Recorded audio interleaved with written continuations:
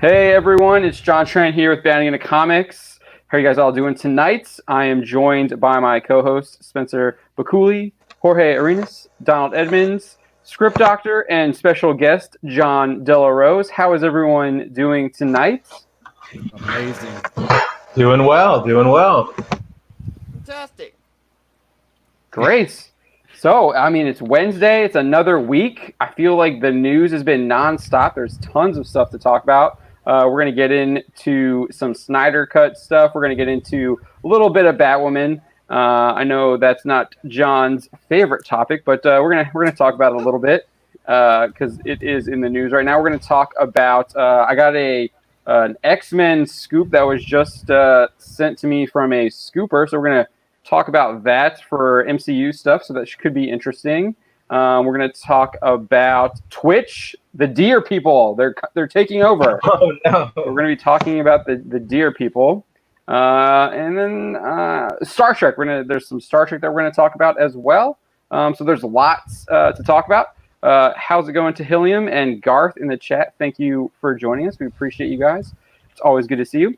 But we're first going to start off with kind of like a new segment. I know we don't usually do segments per se.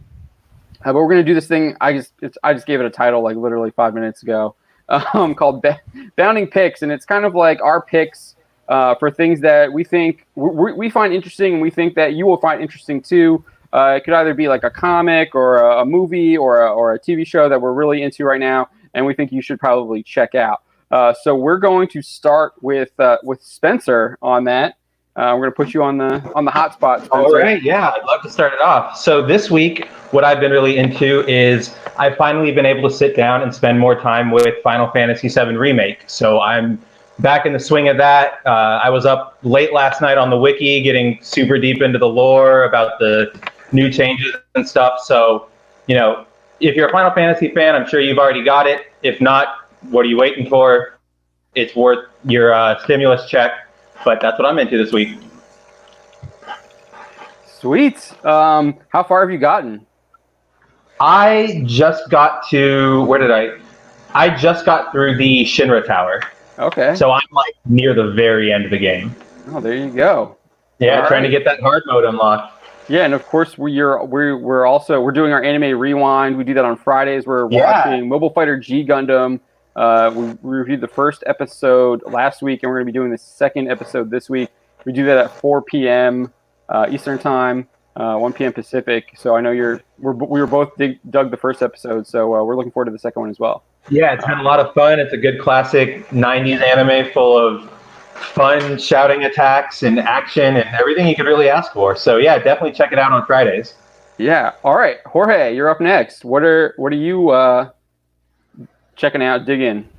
Oh my god, so I'm elbow deep in Dead by Daylight again, and I'm playing the Plague. She is a Babylonian priestess who is literally the incarnation of disease, and I vomit on people. It is beautiful. I feel like that's awesome. Bulimic.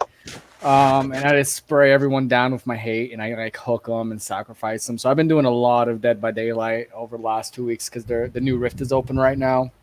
I think when the first one came up, I actually hit rank 1 in both Survivor and Killer. I'm gonna try to do that again. Maybe one day, if the Otter Gods, bless me, I will have really good, vibrant internet, and I'll stream it with you guys and have a good time and just straight up troll people. That would be super fun. I'd be into that. So are you playing on your PC, or have you checked out the mobile version of it, or? I don't hate myself enough to do mobile games, but I do it on my PC. You play Pokemon Go, don't lie. I know you do. You know Dang, what? Called out. You leave my Pokemon out of this. I've been playing Pokemon for decades. I'll be an old otter playing Pokemon, catching them forever. I don't consider that a mobile game. I consider that magic.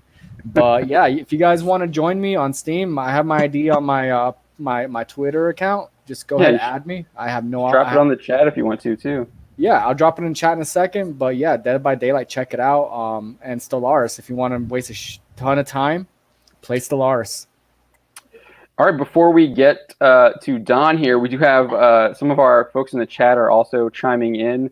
Garth says he's watching both NXT and All Elite Wrestling on Wednesday Night Wars. So So that's something that he's watching that we might want to check out. If anyone else wants to share theirs as well, feel free to do. We'll read it out here. All right, Don, you're up next.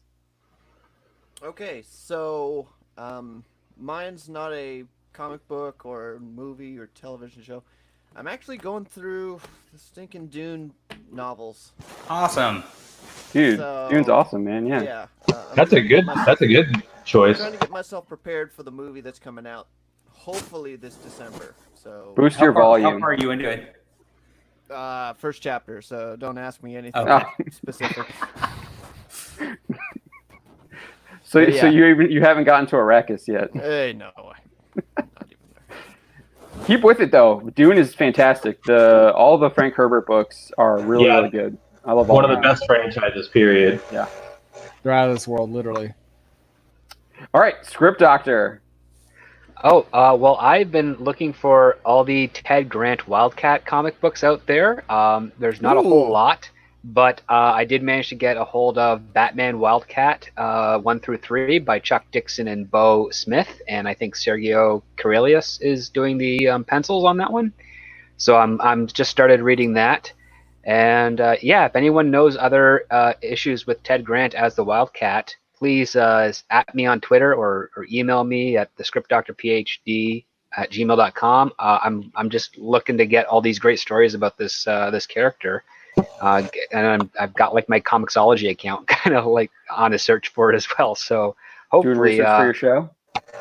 yeah, pretty much just research for a show just to make sure I'm going in the right direction, and also make sure I'm properly representing the characters as they were in the comics into this new iteration. How many issues have you found in like regular, like non miniseries books like that he appeared in?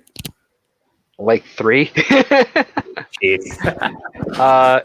Like you can go to like the wiki page and then the comics wiki page, and it gives you various little appearances in like Detective Comics or Batman and whatnot, but they're few and far between, at least online recorded, that I have found. And usually it's a lot easier when you have people that are way more familiar with it in a hardcore sense to find those issues than online, because not all of them are always updated. I found some of those DC obscure characters are just like really hard to pin down, and it seems like people are a little more like autistic about like cataloging Marvel for some reason on the internet. Yes, Just from what I found. it's so strange. Yeah, like I can find It is really like weird. Hulk characters and like a whole omnibus of minor Hulk characters. Right. But if I want to find something about like Hippolyta or Wildcat, it's like pulling teeth. Which makes so little sense considering that DC's done so many crises and, events that have kind of condensed the storylines, whereas Marvel is just let them all run wild, so everything's canon. So it's way more extensive and complicated to follow them. Yeah. Like what the heck? So we got some more folks from the chat. William Ramskull, thank you for joining us. He says, I'm watching Solar Opposites by the Rick and Morty creators. Jorge says, is that an animated series or is that live action? I'm not familiar with It's that. pretty much animated series. If you like Rick and Morty, you'll probably like this. It's almost the same. It's like a spinoff. Well, not a spinoff, but it should be a spinoff for the most part. It's almost the same drawing design and everything. Yeah, art style looks exactly the same. Yeah. I mean, the only difference is that it's not a weird grandfather, father, and a young kid. So Wait a same minute. humor. Yeah, same sense of Okay. humor. Okay. And then I'll and like then it. and then Mark 63366. I'm going to keep saying your name because it's funny until you change it, which I hope you don't. He says, I've been watching Better Than Us on Netflix. I highly recommend it.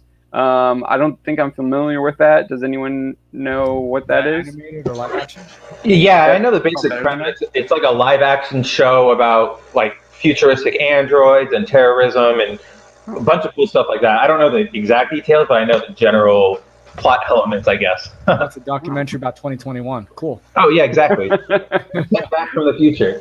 It's a sequel to Terminator? What? Okay. All right. So I'm going to go with mine now. I picked up Bass Reeves from Walmart. It is written by Kevin Graveau. I'm probably saying his name wrong. And the art's by David Williams.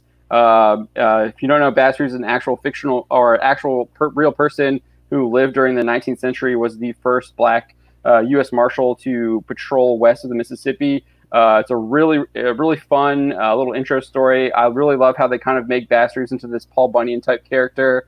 In the story, there's this scene where these moonshiners are in the swamp, and they're telling this story about Bass Reeves and how if you hear the whistling, old Bass is coming to get you. And they tell you how like he's got these huge guns, and then David Williams draws those like these huge like 6-shooters, and then he's got a giant bull on his shoulders, and it's very cool, like that Paul Bunyan type folk storytelling, and I really like that. I'm looking forward to the next issue. So that's a lot of fun. All right, so let's get to. That's on the imprint by the Brewers, right? Yeah, the Brightweiser.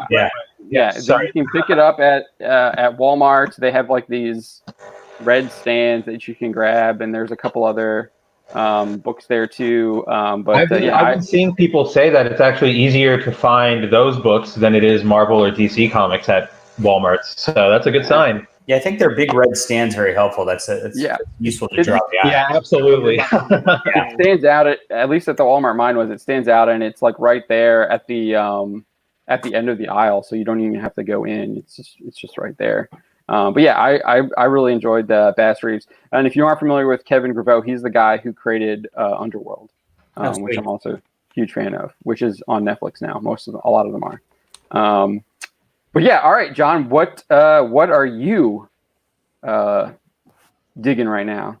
I went to my local comic book shop today. And they're doing the curbside pickup thing, so which I'm trying to support them as best I can. And I went through and I bought every hardcover volume of Carl Barks Donald Duck comic books that they had. That's great. That's awesome. So Carl Barks is the guy who created the whole like Duck universe, and if you watch DuckTales as a kid or whatever, or Scrooge McDuck or any of that stuff, he's the guy who came up with all this stuff. So I'm very excited to get back to the original. Some of this stuff's like 1940s, 1950s, so very cool. Cool. And then of course, I also came out with my own comic today, and I've been dropping comics monthly. It's less of an event now, which is kind of the hard part about doing this. But I'm hoping to drop enough that it like catches like at least some people's interest. I'm gonna try to screen share this. And this is my Amazon book, and this is the Cosmic Warrior. So the whole concept of this is a Blue Angels fighter pilot gets sucked into an alien world where he's forced into mortal combat with these evil Cyclops aliens. So high pulp classic adventure stuff. If you just like, knock down, drag out fights, this is going to be the book for you.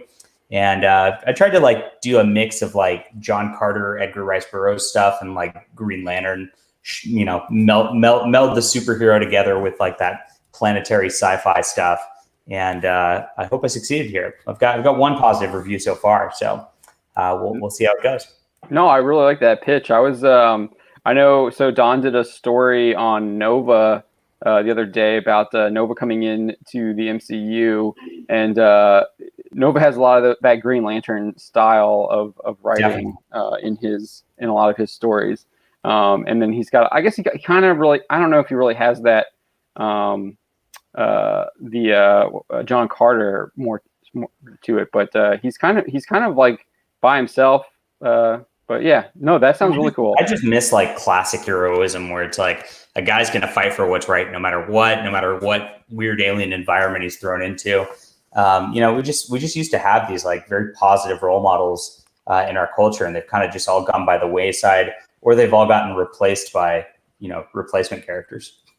Yeah, I think that's probably one of the reasons why I liked Bass Reeves so much too, was because this guy he stands up for what is right. I mean, after I read the first issue, I went and like did a little bit of research on him, like wikied him and everything. And he actually, his son was accused of murder, and he went in, he made it clear that he was going to be the one to bring him in. And he went and brought his son in, and he arrested him. And then his son was tried and found guilty. and then served his time in prison and then was released, and didn't commit a crime since. But I mean, he was willing to go and arrest his son for committing murder, and that's just how he was. That's really rad. Commitment to justice. Yeah. Yeah. I love it. And it makes you feel good when you read about a hero who's just like, he's doing what's right, even though it's against his own best interest. Right. And that's what makes a hero. It's like, the guy has to sacrifice something in order to just really help other people, and feels good. It feels good to read about that kind of stuff. Yeah, the reluctant hero. Also, the exploration of how if he has to bring his son in for murder, he has to sort of self-reflect on how he failed as a father that his son would do this act. I mean, and that's also something he has to take account for, which is if they do that story, they go that direction, that will really be a heck of a great read. Yeah, it'd be tough. Oh, for sure. Yeah, I mean, and Kevin Graveau has kind of done that before in Underworld, so I think he can do it again with Celine and what's the guy, the main vampire, where she like slices his head off at the end. Victor, yeah, with the father-daughter relationship there and everything, and then you have the origin story with his actual daughter, like with the lichen and stuff. So yeah, I'm looking forward to that. I hope they do explore that story in future issues.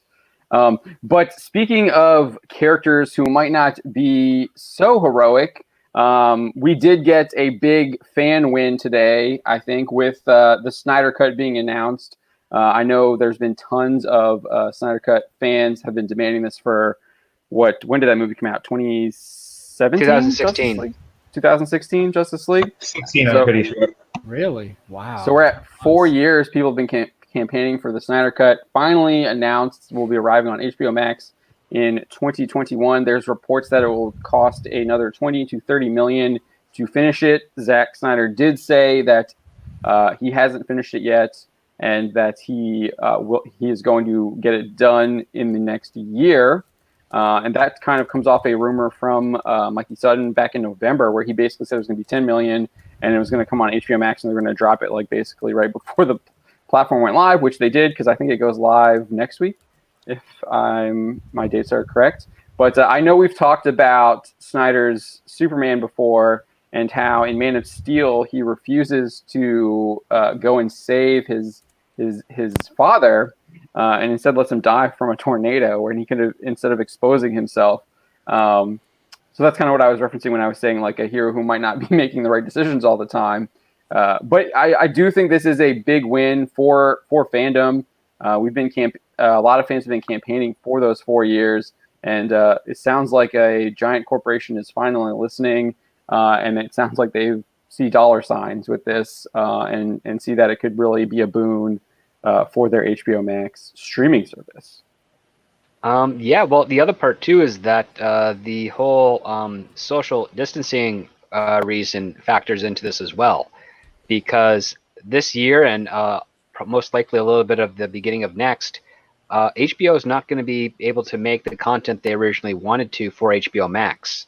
So they're now have to play catch up. So this ends up becoming a very pragmatic approach for HBO Max. And the benefactor is the people that want the Snyder Cut film, as well as Zack Snyder and everybody that worked on that movie. So the truth of the matter is that he needs a year to make the Snyder Cut an actual thing. He doesn't have one.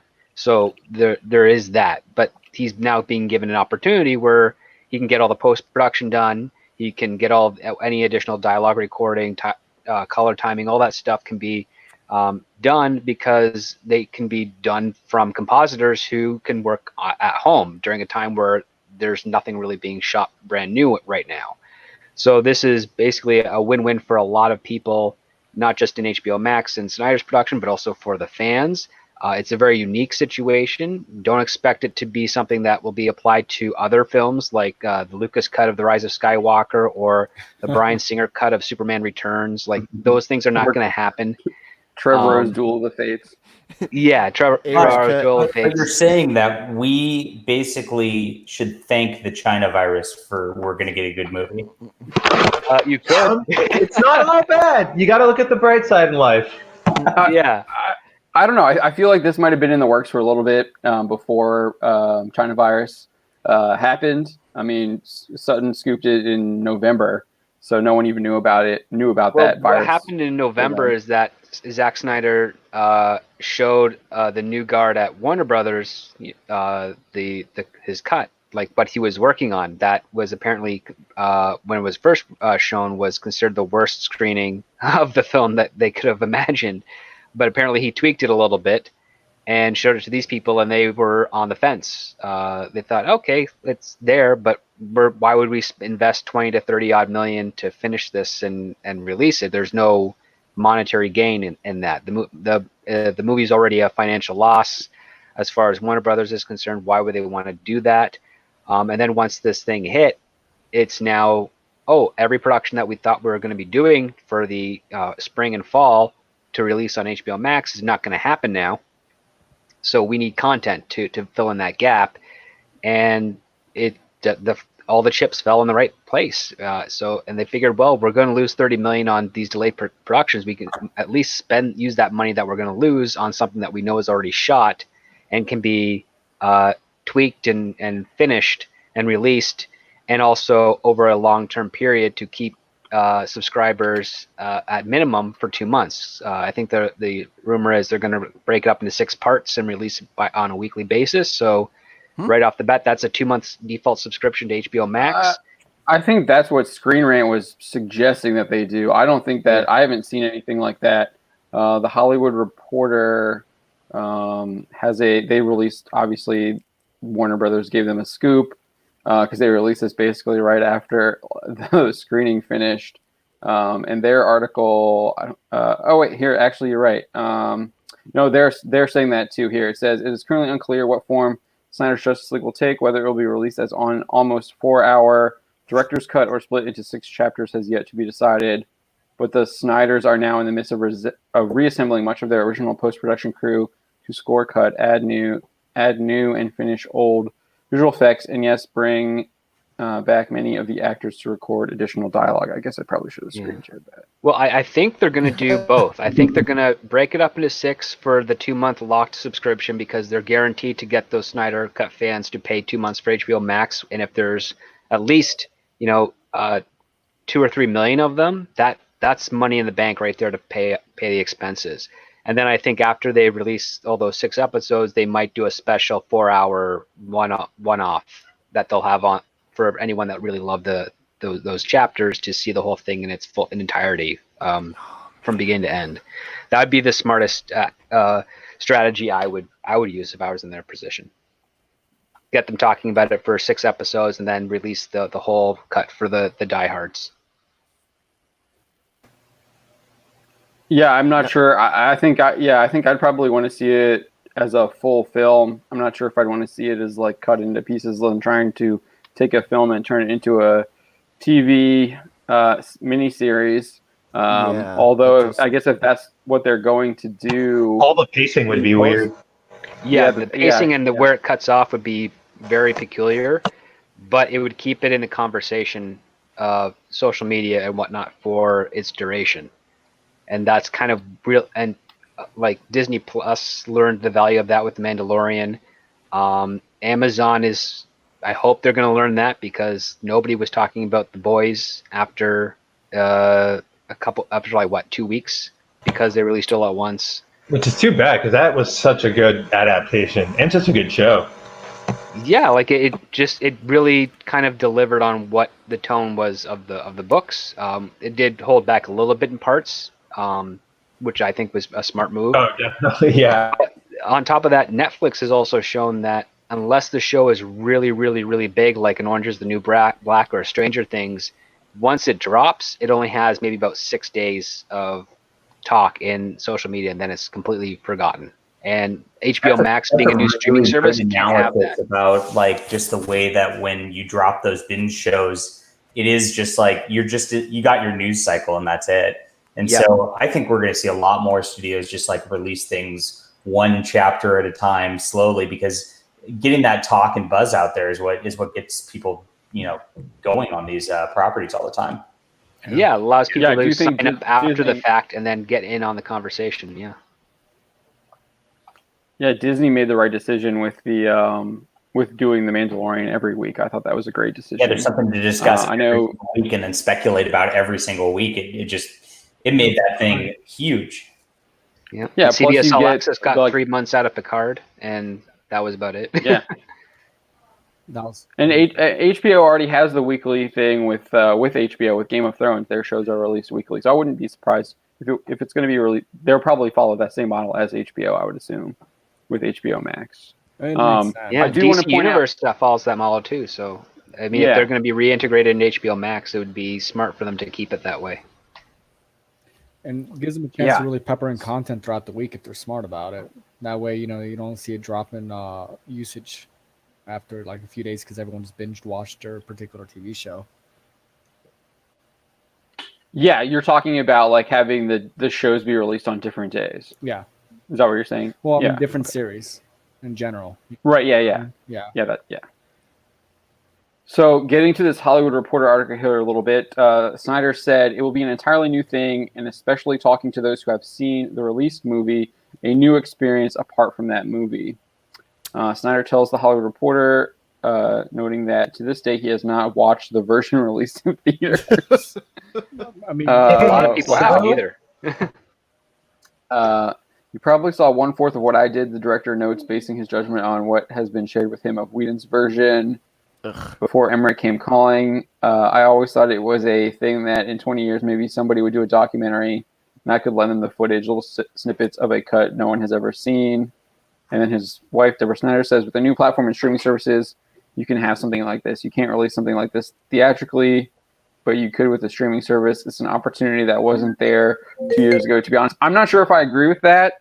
We saw what they did with Endgame with that special cut that they re-released in the theaters so to try and get it over that. Yeah. Was it really that? Yeah, but I want. like Snyder fans, they already know kind of what's going to be in the film, right? Yeah, 25% of what Zack Snyder was trying to do is an hour of footage, because he wanted to do a 4-hour movie. So, and an hour of his stuff was in the actual final theatrical release because he won Directors Guild arbitration to have his name on that movie. I think what you're talking about, Don, is that he's been like sharing all this stuff on Vero. Yeah, and then the stuff that Kevin Smith talked about, the dark side appearance. So, like, there isn't supposed to be Steppenwolf. It's supposed to be like Darkseid instead. And then you have all the cyborg stuff. You have more of what else was there? There's probably more of the Green Lantern character that we saw in the beginning. Yeah. So you'll see more of like the Amazonians in the beginning. I don't have the article pulled up, but we have like we have a bunch of articles on Batman Comics where he's just sharing tons of like photos from his production. Oh, I think there's Martian Manhunter stuff with what's his name? Lennox. Is his name Henry Lennox? I think, is that the actor's name, or Harry? Or is that the character's name? But from Man of Steel, there's a general. He's actually supposed to be Martian Manhunter. That's to be revealed. I just saw something today. What's his name? Deathstroke, guy from True Blood. Yeah, Joe Manganiello or whatever. Yeah. Yeah, he said something about we're going to get that real end credits. So thinking that there's going to be a different end credits than what we saw, which was like the Lex Luthor recruiting Deathstroke to join like either like an Injustice League or what's the other Legion of Doom one with the mushroom? Legion of Doom. Yeah, I was visioning like the mushroom. Meanwhile, at the Legion of Doom. Yeah. So it sounds like there's going to be a lot of new stuff. I mean, Snyder's saying there's a lot of new stuff. We know that he had, seems like he had a pretty different vision from what we got on screen. I did want to point out what JGod J said here in the chat. Thank you for joining us, JGod J. Warner Brothers now making this announcement about officially releasing a Snyder Cut of the Justice League film until 2021. It's both good and bad. You're going to have the Snyder Cut cult lunatics. I'm excluding them from the normal Snyder Cut fans because they are separate. but you're going to have a lot of those fans wanting Snyder back in the DC Oh, yeah. EU. I think that is true. I think people are going to want him to maybe do some more stuff. Maybe if like what you were suggesting, Script Doctor, and what the Hollywood Reporter is saying, if they do this 6 chapters or whatever, maybe they get, and it does really well and it performs really well. They're like, hey, let's do a Justice League TV show or something afterwards. I could see that happening. I can't, sadly. They're all in If it with doesn't do well? J.J. Abrams and Greg Berlanti for their DC content. Even if it does really well? Even if it does really well, they'll take it as basically a lead into their newer stuff, as opposed to trying to bring in Zack Snyder again. Right now, this is just a Hail Mary. And on top of that, it's just buying them time until HBO Max is able to do the shows they really want to do. That's the other part. This isn't coming out till 2021 though. It's coming out a year from now. Yeah, but this But coming out still probably having around the same time as the production. Green Lantern series is supposed to debut. Right. And also that's probably around the same time as whatever J.J. Abrams' Justice League Dark will be. Either the trailer will probably drop in 2021 for all that stuff. That's what, like, Hollywood does not like to look back. The fact that they're doing this is the unique, rare aspect of it. It's pragmatism. It's a little bit of desperation. If we didn't have this lockdown, this would not have happened at all. Zack Snyder would basically be in that boat where he's going to leak footage to a documentary in the future, if that was the case. But because of this lockdown and because Hollywood's kind of at a standstill, it's very helpful and convenient to HBO Max to get this out. Even if it does really, really well and garners a lot of fans, the most that'll happen is they'll just adopt the tone and put it and inject it into their newer stuff. And maybe Zack Snyder will be given another chance, but it won't be anything theatrical or big like this again. But I doubt it. I don't know if I don't know if I'm fully on board with what you're saying. Because we're seeing them look back with Swamp Thing too. They're bringing that to the CW. It looks like they're going to re-show the first season, and then people are thinking that it could spin off into a second series or a second season. Keep in mind. So it does look like they are looking back on some of that stuff. Keep in mind, this is the same CW that greenlighted a Batwoman project for the second season, and then lost their main character. They don't have Arrow anymore, and I don't think their backdoor pilot to whatever the Green Arrow, Birds of Prey, or Canaries, or whatever the heck that was, is being picked up. So they need to fill that time slot, and Swamp Thing is, again, a pragmatic approach, because not a lot of people had the DC Universe streaming service, and they can put it. It's already out on DVD though, which is what's even more interesting. You can buy it on Blu-ray. Swamp Thing. And you're probably going to have some be like decent syndicated special features on that, I hope. But yeah, I think they're doing it just to bide their time and CW, because right now it's just the new shows that they'll be having, and they're not, and some of them aren't even starting until January of next year instead of this fall.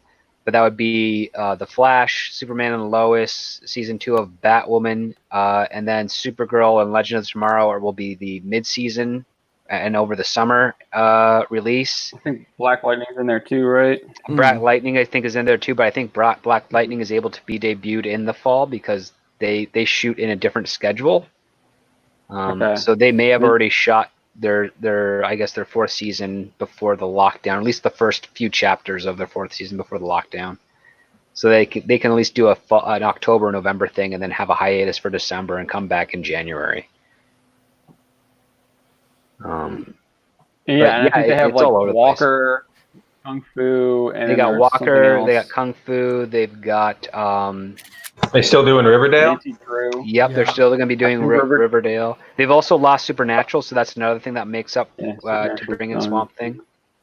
I mean, the CW isn't a place known for networks to send their shows because they have confidence in, right? That's where they sent Supergirl to die.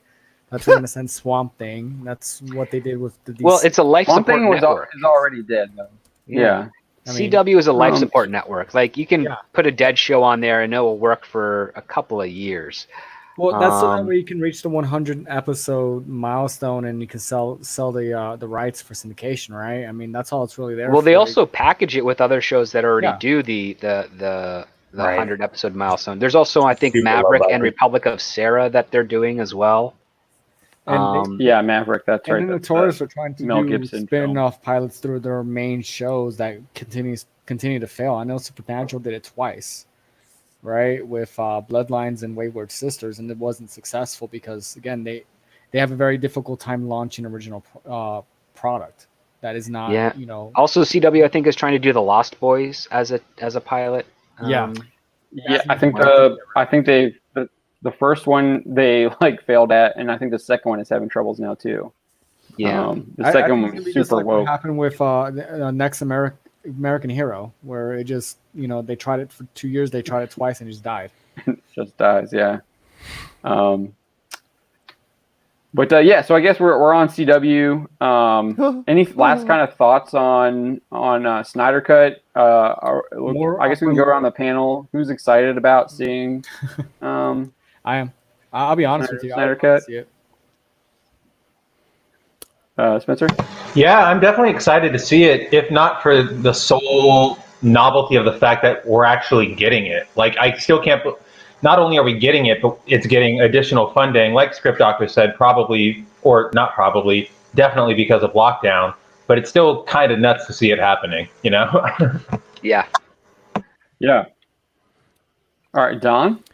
I wouldn't say I'm excited, but I am interested to see what that vision that Snyder had was, and to see how that plays out on screen. I think it's going to be a little bit of a hot garbage, though, but not as much as a hot garbage as the Whedon Cut. Will they redo the mustache CGI? That's my big question. I hope not. Henry said that he wants to redo that, so I would assume that they're going to, or that's going to be completely cut out. I mean, all he's doing is streaming on Twitch right now. He's got time. All right, John, are you looking forward to the Snyder Cut? I want it on the DC Universe app, and right now because I just started my free trial, and they're going to shut that app down. And I want it to end before my free trial. I want it there before my free trial ends. So, but I guess I can always get an HBO free trial, right? So There you go. Yeah, I'm sure they'll have an HBO Max free trial. I think it starts next week. I don't even know. Do they even have any like original shows for launch? Do they have even something like The Mandalorian? on DCU? Oh no, on HBO Oh, Max. yeah. I know DCU has Swamp Thing, Titans, Doom Patrol, Stargirl is on there now. Theory. That's all I know about HBO Max. Are any of those worth watching, by the way? Because I've kind of scrolled through them. They look terrible.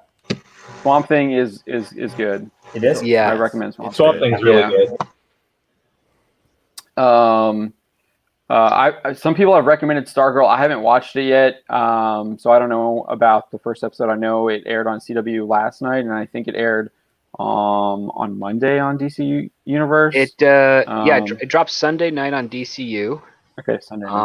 I My watched buddy's it with my- 12-year-old daughter said, and I quote, "It's ass." Yeah, that's Okay. my two Grounded. godkids are like 15 and 16, and they're like, it's really bad because the main character is Courtney Whitmore, and she's a very cute girl, and then she's goes to the new school and she's treated like an outcast, and my godkids are like, that's not how that works. Just beauty reigns supreme still in high school. That's the one thing that hasn't changed since I attended. But Luke Wilson and Amy Smart are really good in it, but they're not in it a whole lot. At least in the first episod. So Okay. I would say give it 3 Mark, episodes, and if you like it, good for you. If not, you're probably not going to miss anything. I just hope everybody I- doesn't turn into a lesbian by season 2. It's gonna happen. Dude, what are you talking we'll about? see. It's season. Then I'll watch it. Mid-season stinger. Yeah. So the only thing with that is that it's a DC Universe production, so it's not a CW production, and it's not a Berlanti production. So you might have that. Although there are It's Jeff people Johns in and Greg Swamp Berlanti Thing. are doing it. Yeah. So- but it's not like his Arrowverse stuff. No, it's definitely not in his Or at least it Arrowverse. wasn't. No, it's got And I know- Wildcat. It's got Dr. Fate. It's got Starman, and like all those characters that the Arrowverse has already introduced. These ones have as part of the Justice Society, so it already conflicts with that version. Berlanti's just one of the guys financing it. I think Stargirl was in their like Infinite Crisis crossover or whatever that, wasn't she? No, I think maybe that, or she was in a Legends of Tomorrow thing, because I remember they did a crossover with the Justice Society back when they were copying Doctor Who. As for another DC Universe show, I know Father Christopher Miller and Deviant Porg, thank you all for joining us. They've been talking about Doom Patrol, and I've heard good things about Doom Patrol. I haven't watched it myself yet. I don't recommend Titans. Don't watch Titans. It's not good. Have you checked out more of the second season? Batman. Have I what? No, I refused to watch anything past that Superboy episode. It was horrible. It had me with the Aqualad gets so episode much was worse. fantastic. John always tells me about that episode, and it always sounds worse and worse. It's The so Superboy bad. episode is There's a horrible. point later where the actor that plays Bruce Wayne does the Bat-2C. What? Oh gosh. Yep. Makes sense. What Makes is it? total thematic sense. Like he's never in the costume. He's just wearing like a dress shirt and dress pants and like open collar, and he does the Bat-2C. Jeez. The Doom Patrol episode in Titans is pretty decent. And then the Aqualad episode, which is season 2, Season episode 2, 3, 4. I think. 3 or 4, yeah. How like Yeah, I think it's how like really family good. friendly are these? They're They're not not. children friendly. They're not. not children No. friendly. A lot No, of the trailer has Robin dropping the F-bomb. Oh no It was a way! huge controversy. No stabbing way. somebody in the Yeah, jaw. he says F Batman. Yeah. Are you Yeah, he for says real? F Batman. Oh my 100%. god! Yeah, the trailer. Why? Yeah. I think I Because referenced it Akiva on here Goldsmith once a week. because Akiva Goldsman is a terrible writer. That's why. Oh. They wanted to be Don't say that edgy. name. For You need that edgy's emo sake. edge, man. We're back in 2003. Yeah, Mark 63366 is saying what they did to Starfire is unforgivable. Yeah. She's like undercover or something in the beginning, trying to track someone down, and then she's actually being hunted by like the royal family, and they're trying to bring her back. And yeah, the Starfire storyline is just all kinds of discombobulated. Yeah, don't watch Titans though. If you're gonna watch, if you want to watch anything about Titans, just watch that Aqualad episode in season 2, because that's actually a really good episode. But Or watch everything the Young Justice. I mean, horrible. Yeah, Young Justice is pretty Yeah, good. even 100%. season 4, Young Justice, it dabbles in the woke stuff, but it does it with a lot more responsibility and less pontificating. Like it actually has. I can't handle any woke stuff. It just basically has they throw my TV. redo I think Violet, who is I think she has like all these like colored powers that gives her different superpowers and whatnot, and she's merged it with a mother box, but her mind is erased, so she doesn't really know who or what she is, because she died and the mother box implanted itself into her body, and so she's kind of like discovering herself. So it plays around with the fact that like she knows she's a girl, but she's trying to reconcile with that type of thing, and it's not done in a ham-fisted way. It's done as a fact that like she's being reborn like a child, but she does have a boyfriend and she's straight, and there's that type of stuff. So yeah. That actually You sounds can also pretty just good. watch old school. You can just watch old school Justice League and Justice League Unlimited too. Yeah, we're there's just, also that. we're just doing Batman the animated series right now, and I have no problems with it. It's wonderful. Well, So of course, no I've one got holds up. Yeah. I've got my DVDs over there in a box from moving. So yeah. All right, let's do a little bit of Batwoman talk while we're on All right. DC now. I know, Wonderful Strip Doctor, show. did you watch? Were you able to watch the last episode from us talking last night? No, you hadn't seen the last one. No, not yet. I'm actually got it queued up for tomorrow, but Okay. the series is really, really bad. So the big news is that Ruby Rose just announced that she is quitting the show, and she announced it 3 days after so it was yesterday, which was Tuesday, so 2 days 2 after days it aired, after 'cause it aired on premiered. Sunday. Yeah. that she's no longer continuing, and that they are seeking an LGBTQ person to replace her in the role of Batwoman, and they're going to continue to do Batwoman. She didn't really give any details as to why she left, but Script Doctor has some ideas. Yeah, it's actually what I was speculating when we were talking on Tom's stream yesterday. Might actually be the case, because the wording of her statement does not feel like it's something that she wrote, and she doesn't give a reason as to why she's leaving. So I suspect that it was basically Berlanti and the rest of the production pulled her aside and said, "Hey, it's not working out with you. We're going to let you go, but we're not going to fire you. We're just going to give you this opportunity where you can just make a public statement that you're quitting to do something else, and it will make it appear amicable, so we don't actually hurt your career." Because there's been rumors circulating just yesterday, this morning, because it's Blur's Day. One of my buddies was telling me how after he read the thing, he was hearing stories that nobody liked Ruby Rose on set, crew-wise. They said that she complained a lot, and working on shows like this, the common phrase is "hurry up and wait," which means as an actor, you go on set, you're in a trailer until they call you out, you go do your first take, then you go back to your trailer, they reset, and then they bring you out later and you do your second take, and that's the day. And even though it's an 8-hour day, you're really only kind of actually working maybe 3 hours of that, because the rest is all waiting for them to do their stuff. And apparently Ruby Rose was upset with that. But that's the nature of the game when you're doing movies and television. Like you go on set, you do your makeup, you wait, and then you do your couple seconds, and then you wait again. So apparently she got issues with that. There's also a lot of safety concerns because Ruby Rose got injured. And then also a production assistant got paralyzed. So clearly some things are not being well maintained or organized on the set. And I hold the showrunner responsible for that, because even though they are a writer, they're supposed to be making all the final decisions of how the production goes in their show. And I think they had it up to a certain point where not only have the critics kind of teased and highlighted Ruby Rose's poor performance, but they sort of recognized that it's not working out with the rest of the casting and crew. So they gave her a choice to say, "Hey, you can leave amicably, or we can put in the trades that you're fired. Which choice is up to you?" And I think she took the one where she could still most likely get some work in some way after that. Because you're fired off of a failing show, you're not going to be hired on anything else again in the future. I can definitely see that, because at least for me, when she first got hired, or rather announced as Batwoman, I thought, man, that's some serious star power for the CW. I mean, she was coming off of the heels of, I think it was John Wick 2.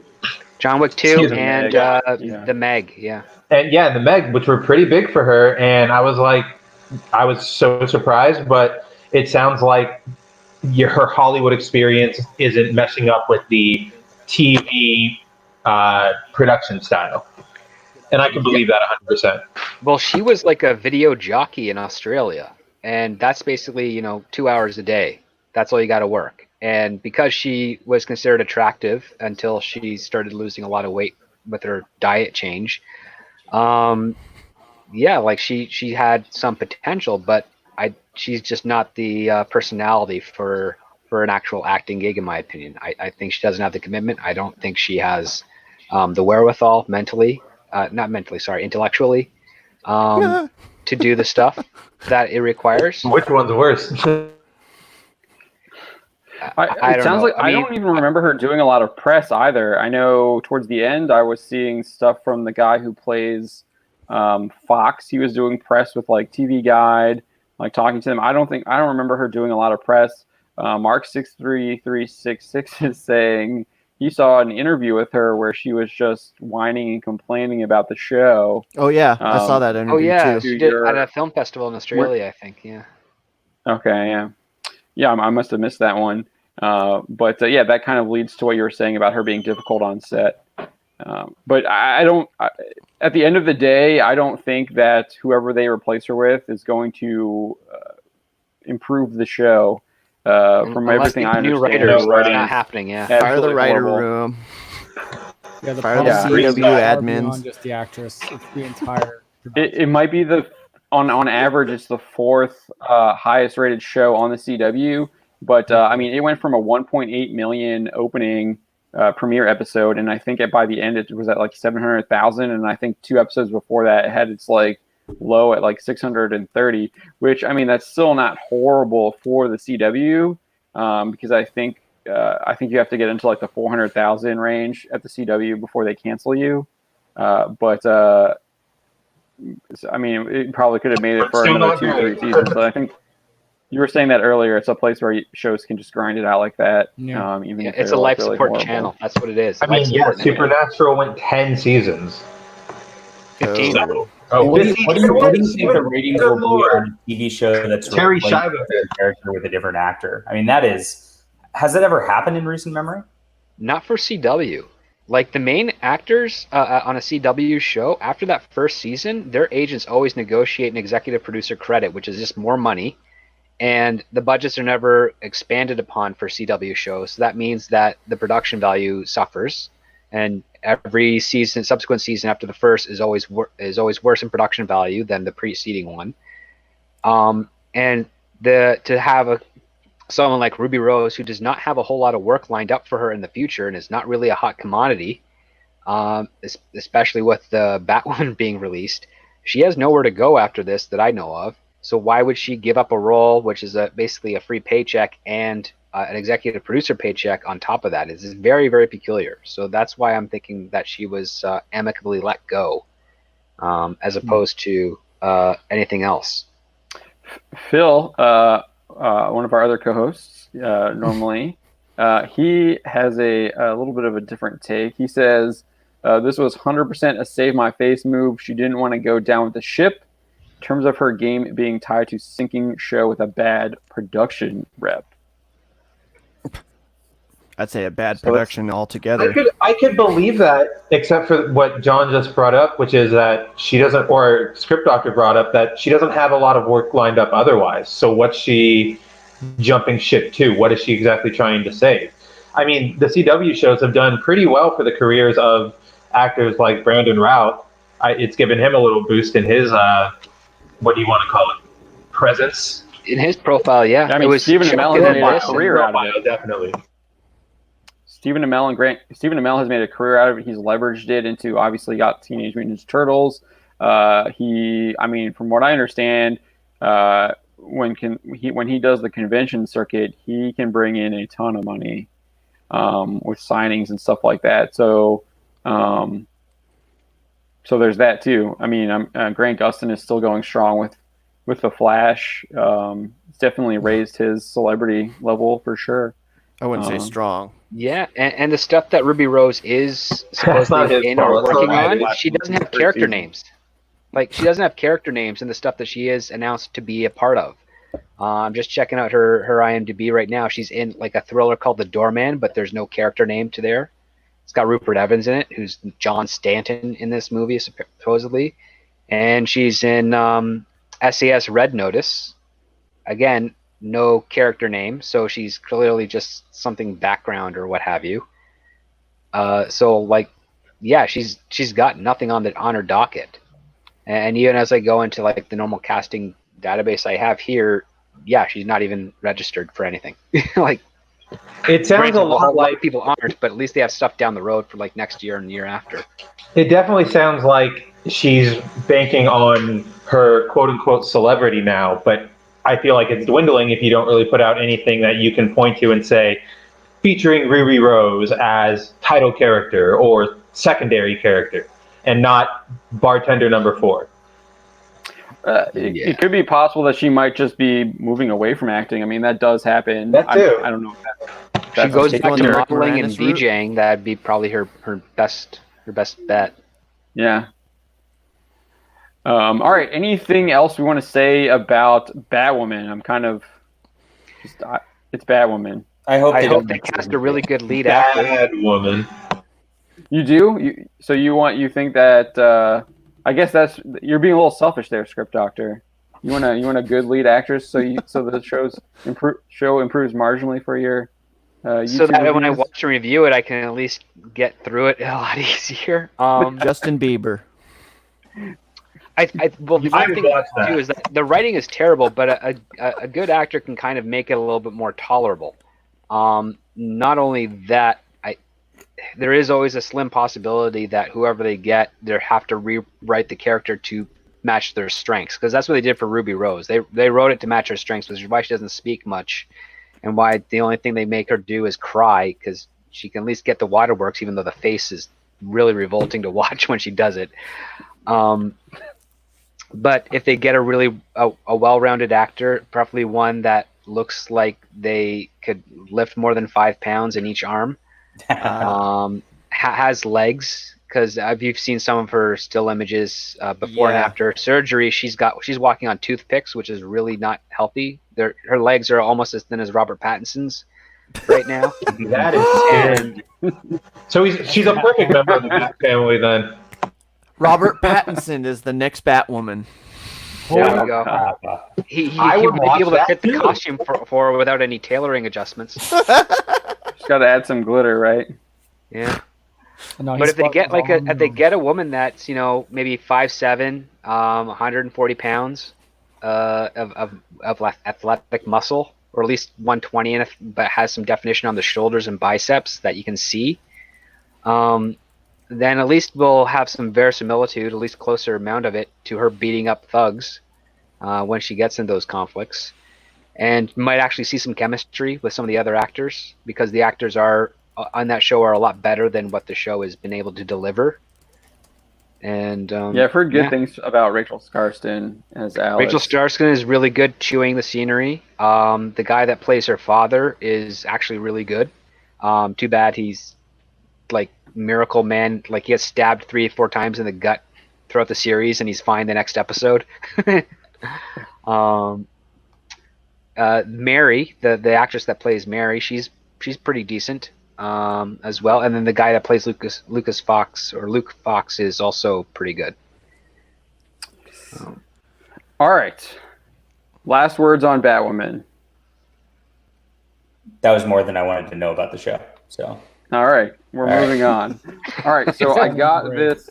Got a Facebook message from Mikey Sutton, known Scooper.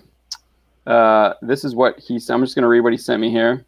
So he says, Professor X isn't the only scientific genius Marvel Studios will be adding once the formerly Fox properties begin to appear in the MCU. Mikey Sutton initially reported the Savage Land will be featured in an upcoming X-Men movie for Marvel Studios in November 2019. He has now received additional, albeit tentative, plot details about what could possibly function as the second X-Men film. His name is Dr. Carl Lykos, an old college chum of Professor X. And he Sauron. mysteriously... What's that? Isn't that Sauron, the pterodactyl man? Ooh, maybe. is that right? I'm pretty sure that's his not alter ego, his real name. It's been a while. He is Savage Good Land. read, guys. Okay. Okay, his occupation was physician. Come on, Dr. Carl Lykos. Yes, good work. Yep, there it is. Yeah, Yeah. there you go, Spencer. Awesome. X-Men number Right 59. on. He doesn't want to cure cancer. He wants to turn people into dinosaurs.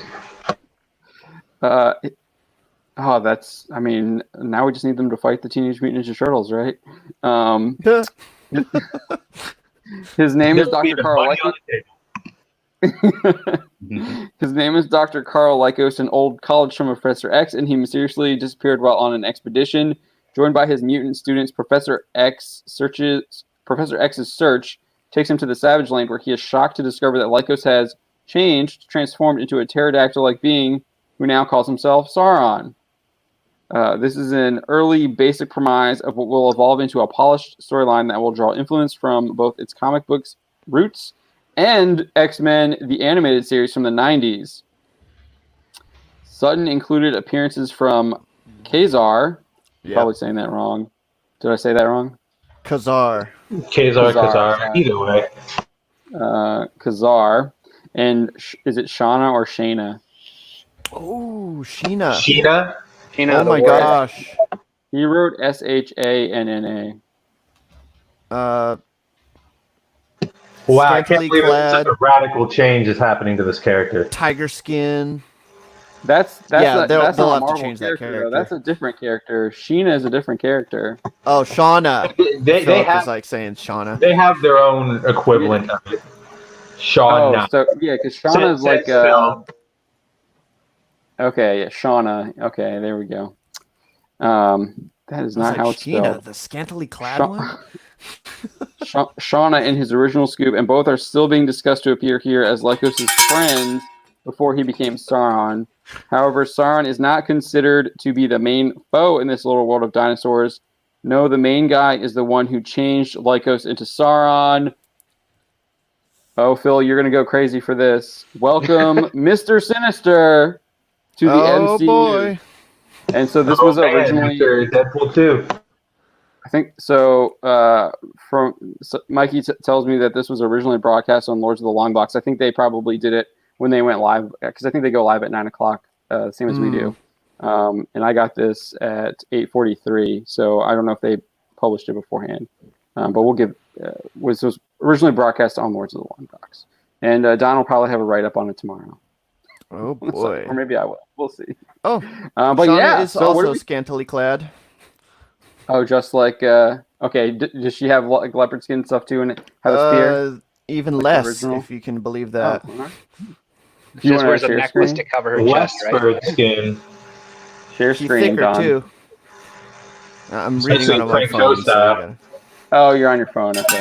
But yeah. So what do we think of? What do we think of that? I know Phil has been campaigning for Mr. Sinister to be the predominant X-Men villain moving forward. I know he's happy about that. We got a big thumbs up here in the chat from him, and a shocked face. He liked that. So yeah, that's I think that's pretty exciting news. It's definitely different from what we've seen with the Fox version. We didn't see any Savage Land stuff from them.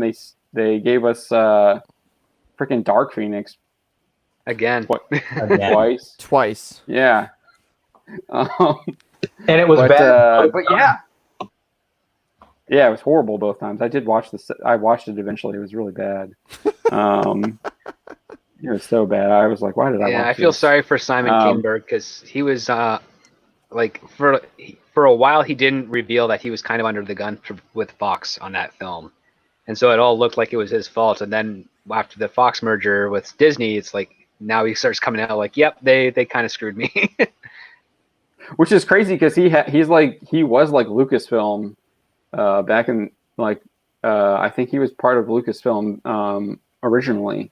So he had like that Disney Fox connection. I know we had some theories that were going out there that like the whole like Dark Phoenix might have actually been had something to do with MCU, and I think we came to the conclusion that the broccoli people were actually supposed to be the Skrulls, and they changed that. Yeah. And there's a lot of changes and stuff. Phil is telling us in the chat to remember Rogue. Don, can you explain? Savage Land Rogue. Oh yeah, that's where she has her powers. So she's It's a big character arc for her. And then he's also saying, I just hope Sinister is classic Sinister and not current Marvel. Yeah, I know Phil has talked about how I know before he was acting kind of strange and out of character. I'm not sure if that's continued with Hickman's like reinvention, but Hickman's reinvention. He is a flamer. Oh, okay. So he's kind of completely out of character. Did he really? I know he was a woman at one point. Yeah, he's way out there. Okay. I did like Brian Edward Hill's little when he did Sinister for Fallen Angels, but the characterization of Sinister from Hickman was he was what do you call it? Metro, very Metro. I didn't get that, so I guess is that in post House of X stuff? Because I didn't really. That's House of X, Powers of X stuff. It was in that stuff. I don't remember seeing that. I thought they were just I like remember seeing Sinister in it. Must not have. they recruit him, and that was it. I thought. Yeah. They recruited him, but he was just, I love Like he your kills a cape. clone It's or something. fabulous. Yeah. Oh. I get. Yeah, I just didn't. it's his mannerism, it's characterization. Phil calls him Goofy. Yeah. He was. I will just. Yeah, I'll say he was a little goofy when he like kills the clone and then kind of like shows up. That was kind of goofy. I'll admit that.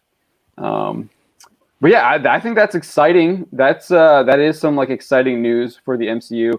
I think they're. I mean, we've talked about this a number of times. I think they're making a huge mistake by not fast tracking X-Men into the MCU. X-Men is Marvel's best brand. I have no idea what they're doing. Why, like, Yeah, they should be pushing that 100%. It's crazy.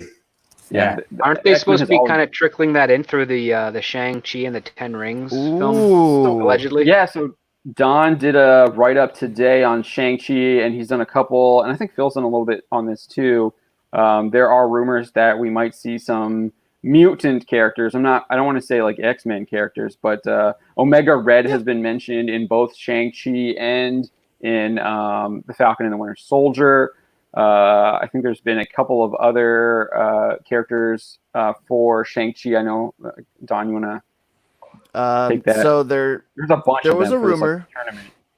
Yeah. There was a 4chan. rumor And from Fandom 4chan, yeah. So we're essentially they say that we're essentially going to see Spiral from the Mojoverse, which is Yes. Please, I would love that. crazy. We're also going to see the Whiz Kid, which is a weird thing because he's kind of From like a Burger King paraplegic. Kids Club? No, he's a paraplegic. He's part of the new X-Men. He's Yeah, from the Burger King Kids Club, they had a paraplegic. yeah. Anyway, but yeah. No, What's good? Anyway, yeah, the kid in the wheelchair. Thank you, Philip. Anyway, but he's kind of like a techno genius. He can form any Forge? kind of metal. Yeah, kind of like Forge. But he just But can't make can't himself walk. new legs. Yeah, exactly. And he's supposed to be showing up in this like tournament to acquire the 10 rings, right? Yeah, I Or- just Yeah. some of that rumor stuff I took with a grain of salt. Like they got like White Claw in there. White Claw. They were pretty specific. So the 4chan rumor was like really specific on who was going to show up. Fandom Wire just kind of mentioned like skilled fighters, wizards, and something else. Yeah, people we'd Um, see from the Marvel universe will show up. They didn't want to spoil it, but this Baron 4chan Mordo was rumor- mentioned. So what, Danny? Like Danny Rand is going to show up? No. No, I don't. Maybe. That's he the was. biggest connection I can think of. I didn't see him mentioned when I But was White editing. Claw's a Don. deep cut. There's that other guy too, the Deadpool villain. What's his name? T-Ray, T-Ray, yeah. the zombie or living zombie. Phil's making a joke to that about screen time and internet. Well, I mean, what I saw like on your article and my own like ancillary Google search is that it's a lot of very beat by beat similarity to Mortal Kombat. Yes, that's Yes. how Indy Signori described it from Fandom Wire. I'd say more that's like how he described Bloodsport. it. Might be a combination of both. Yeah. The other part too is that if you have Shang-Chi and his adopted sister character kind of working together to, I guess, win the 10 rings or beat the Mandarin, as it were, you kind of deflate the importance of the title character that way, because it's not Shang-Chi, it's now this partnership. Mhm. And that kind of seems like it might be the case in the new Marvel formula. Yeah, and I think that's kind of what we were getting. We hinted about this a little when we were talking about the things that we wanted to share with everyone. Is that I think John was saying that the characters they can't do things by themselves anymore. You need someone else or a team around them in order to be able to do stuff. This is weird. That seems to be the kind of new trend now, where you have to have other people helping you in order to do the right thing or be a hero. It's a weird situation, and I think it stems from I don't know. Well, I think it stems from the writers of these comics and all that being really collectivist commie scum. That's it. So there you go. I know Detective Comics became a huge team book. Which is obviously so X-Men doesn't feel good for Batman like at all, you know? Yeah, I mean, I like Detective. I'll be honest. I like Detective. I thought there's this run with the New 52. The guys, they had just come over from the Flash, and it was just Batman actually like doing detective work and like solving crimes and figuring things out. And I was like, yes, this is what Batman should be doing. He should be solving crimes. He is the world's greatest detective. Like, let's actually see him doing that stuff instead of him like forming a team of all of these like Clayface and Batwoman and Tim Drake and everyone else. And he's got like Orphan and the Spoiler and all those people. Yeah. Yeah. I thought it was kind of rad. Oracle, but without a wheelchair. Like, that's it. So boring. What was that? You become Oracle, but without a wheelchair. So yeah, pretty much. And they made him a babysitter. I felt like too. Right. Yeah. He's trying to have to like manage all of their emotions and like, oh, I'm so upset. And like when Batwoman has like daddy issues or whatever, he's like, he's got to like talk to her about it. And then Orphan with her, Orphan with her mommy issues with Shiva. So I mean, I think there are places for team books. I mean, X-Men obviously is a fantastic team book, at least certain runs of X-Men, and then obviously the Avengers do well together too, and then Justice League works when they all come together. But there's also like they shouldn't always be coming together. Those times when they come together should be when they're facing like insane insurmountable odds, people like Darkseid. Right, you want to be special, right? Yeah, that's 100% true. But I think ever since Avengers came out in theaters, it's just money-making opportunity for everybody. You know, throw as many characters as people recognize onto this team, and here's a bunch of money. That's why Wolverine and Spider-Man have been Avengers for the past 10 years, past that initial awesome New Avengers run. Well, I know we were talking about this a little bit last night on Midnight Edge After Dark, Script Doctor, where like just look at the Flash, where like that pilot episode, it's him as a CSI, and he's solving a case and doing it all himself.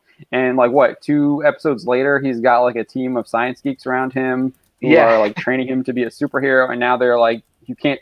The Flash is like, I don't know. I kind of stopped watching, but from he's what told I to understand, run really fast. He's like, how fast do I have to run? They give him like a mile per hour. And it's like, how is he supposed to know how to do that? Like, he doesn't have a built-in speedometer. Like, he just run as fast as you freaking can.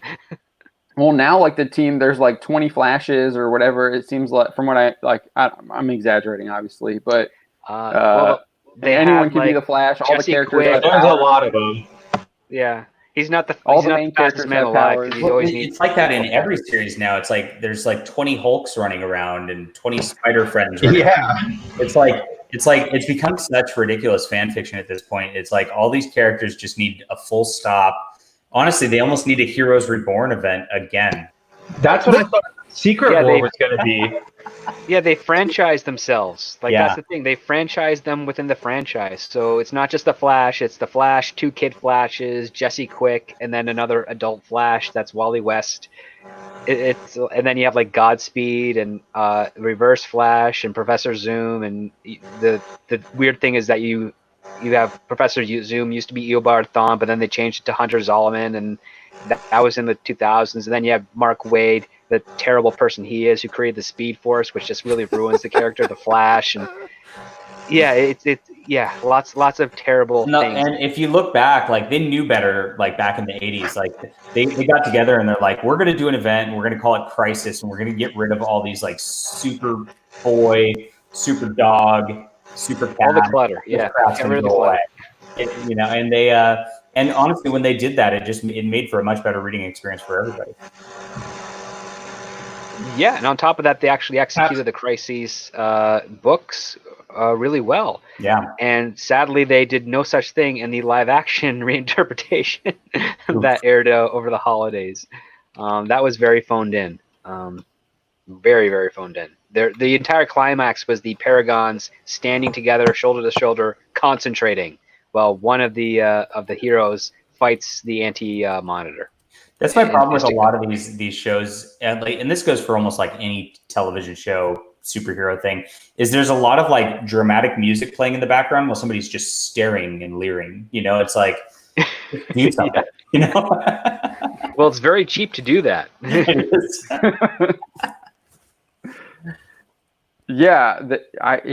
think you're right on that. I'm kind of tending to try and avoid those shows now. I mean, I know I talked about Bass Reeves here, but I also watched the first season of True Detective recently. Really enjoyed that.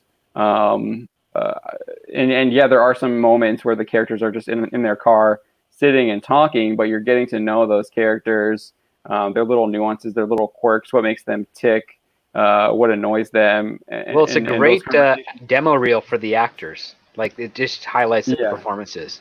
The actual story itself is nonsensical in True Detective, but you don't watch it for the story. You watch it for those performances because that's what really brings you in. Oddly enough, like when you have something like, say, Stargirl, that is a stepdad and stepdaughter partnership of two, but I can tell right off that pilot they're going to bring in 3 of the students that are at her school to help her out on the team, because that's just the formula that these types of shows have nowadays, and it's to their own detriment.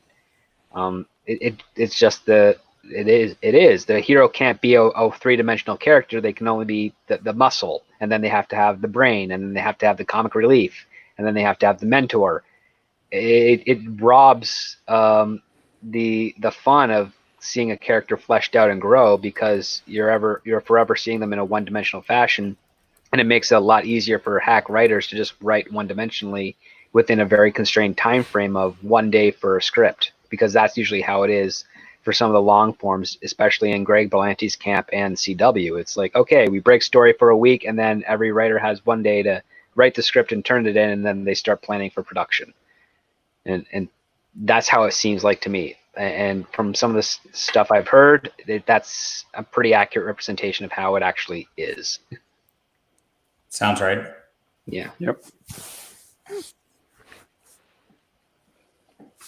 Well, I am excited about this X-Men scoop. I think that sounds fun. I think going to a strange kind of savage land, you get like dinosaurs and cool experiments, and that sounds like it just could be a fun little adventure romp.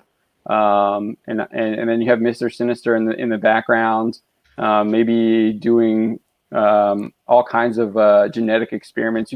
I mean, can you imagine just like if you got Sauron out there, you can just have just let your imagination run wild with the kinds of monsters, beasts, people that they could run into.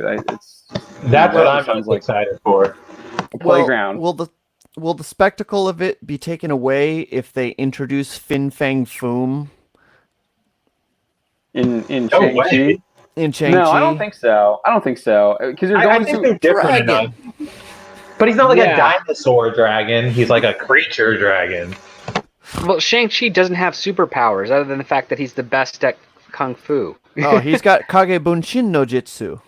Yeah, I think he can like clone himself. Oh, like he can do like a multiple man type of deal. Yeah, it's like Doctor Strange in Infinity War when he but none of them are physical. They're only used as a distraction, right? Right. Yeah, I think that's what he has. So that doesn't really help against a dragon, and I'm a creative guy, and I can think of ways that could, but like a dragon has a tail, all they have to do is a sweep, and you take out all of them around, right? Well, I think that's more to do with him fighting other people in the tournament. I don't know how he's going to take out Fin Fang Foom. I know Iron Man is able to do it, but he's around in this. If the rumor is true that it takes place in 2020, he's around at that. Yeah. Yeah. I mean, he could just land some hard punches. And RDJ is going to need the work. I mean, if the Mandalorian can stab that rhinoceros creature, do little too. That's all I'm saying. Tiny knife. I mean, who's to say Shang-Chi can't just punch the Fin Fang Foom and knock him out? No, he's probably going to wear the 10 rings himself, and then use the energy to defeat Fin Fang Foom, and then hand over the rings to the Mandarin. And then they have to fight the Mandarin. And then they got to fight the Mandarin. Like the end of Guardians of the Galaxy. The final boss. Yeah. Yeah, that's exactly. Well, remember, this is a movie that's written by Dave Callahan, who wrote Godzilla, Telltale, First one. Horseman, the old Doom. His most recent thing that Oh, was released was God. Zombieland Double Trap, which nobody Double tap. saw. Double Yeah. tap. Nope. He's also the screenwriter for Wonder Woman 1984, which gives me reservations. What? Yep. Oh boy. Fair He enough. wrote no. the worst. He wrote the worst spec comedy I've ever written in my life, called America: The Motion Picture. That one, I think, a nickel, This or is at an least got high regard. awful resume. Yeah. I All mean, right, boys, light a candle. he Wonder Woman he needs your got in help. there because he has a lot of good friends in the industry. Like, generally, like, he was friends with Sylvester Stallone for a good while because he did the Expendables with them. But he hasn't been asked back to write on any of the sequels since. He only has character rights on those. So, and I don't think he's getting any money for the comic book adaptations that the Expendables are doing either. Yeah, I think So- that's Chuck's and Stallone. Yeah, from I what think it's all Chuck and understand. Stallone there, with Richard C. Meyer helping out. And Graham doing the art. Yep. Well, good luck, Shang-Chi. I know. I would like it to be good because I do know personally Simu Liu. I've worked with him a few times before. He's definitely an actor that fits into the mold of what you would consider a Hollywood actor, even though he's a Canadian citizen. So I hope he kind of matures a little out of that, because outside of that, he is a pretty nice guy, and he's usually very humble, but he hasn't been the last few years. So I hope he regains that humility, because that's going to help him in the long run. And he's got some strong range, so he's a good choice for this role and for other types of stuff. So I really hope he's able to get a good win out of this movie, because if this does perform like a Guardians of the Galaxy, all the better, but I don't think that's going to be the case given who's writing it. And I don't think the director is going to be in a position where he can actually get script changes, because there hasn't been a single director in the MCU since Disney bought it that's been able to get script changes for their stories. Mark 63366 says LA doesn't help anyone become a better person. I used to live there. That's 100% Neither does true. Canada for the acting community. That's why I'm in Orange County. Thank you. Going So surfing. I think I do. I mean, I know we're talking Shang-Chi a little bit right now, but I do think this is a problem with with the Phase 4. I don't care about Shang. I really don't care about Shang-Chi. I couldn't care less about I know we talked a little bit The last Eternals. night. We think you guys think that Black Widow is going to do well. I'm a little bit more pessimistic on that, because I just Yeah, I'm don't on John's side with that one. I don't. Who cares? They'll cross 600 million. Yeah. That's Yeah, I about think it.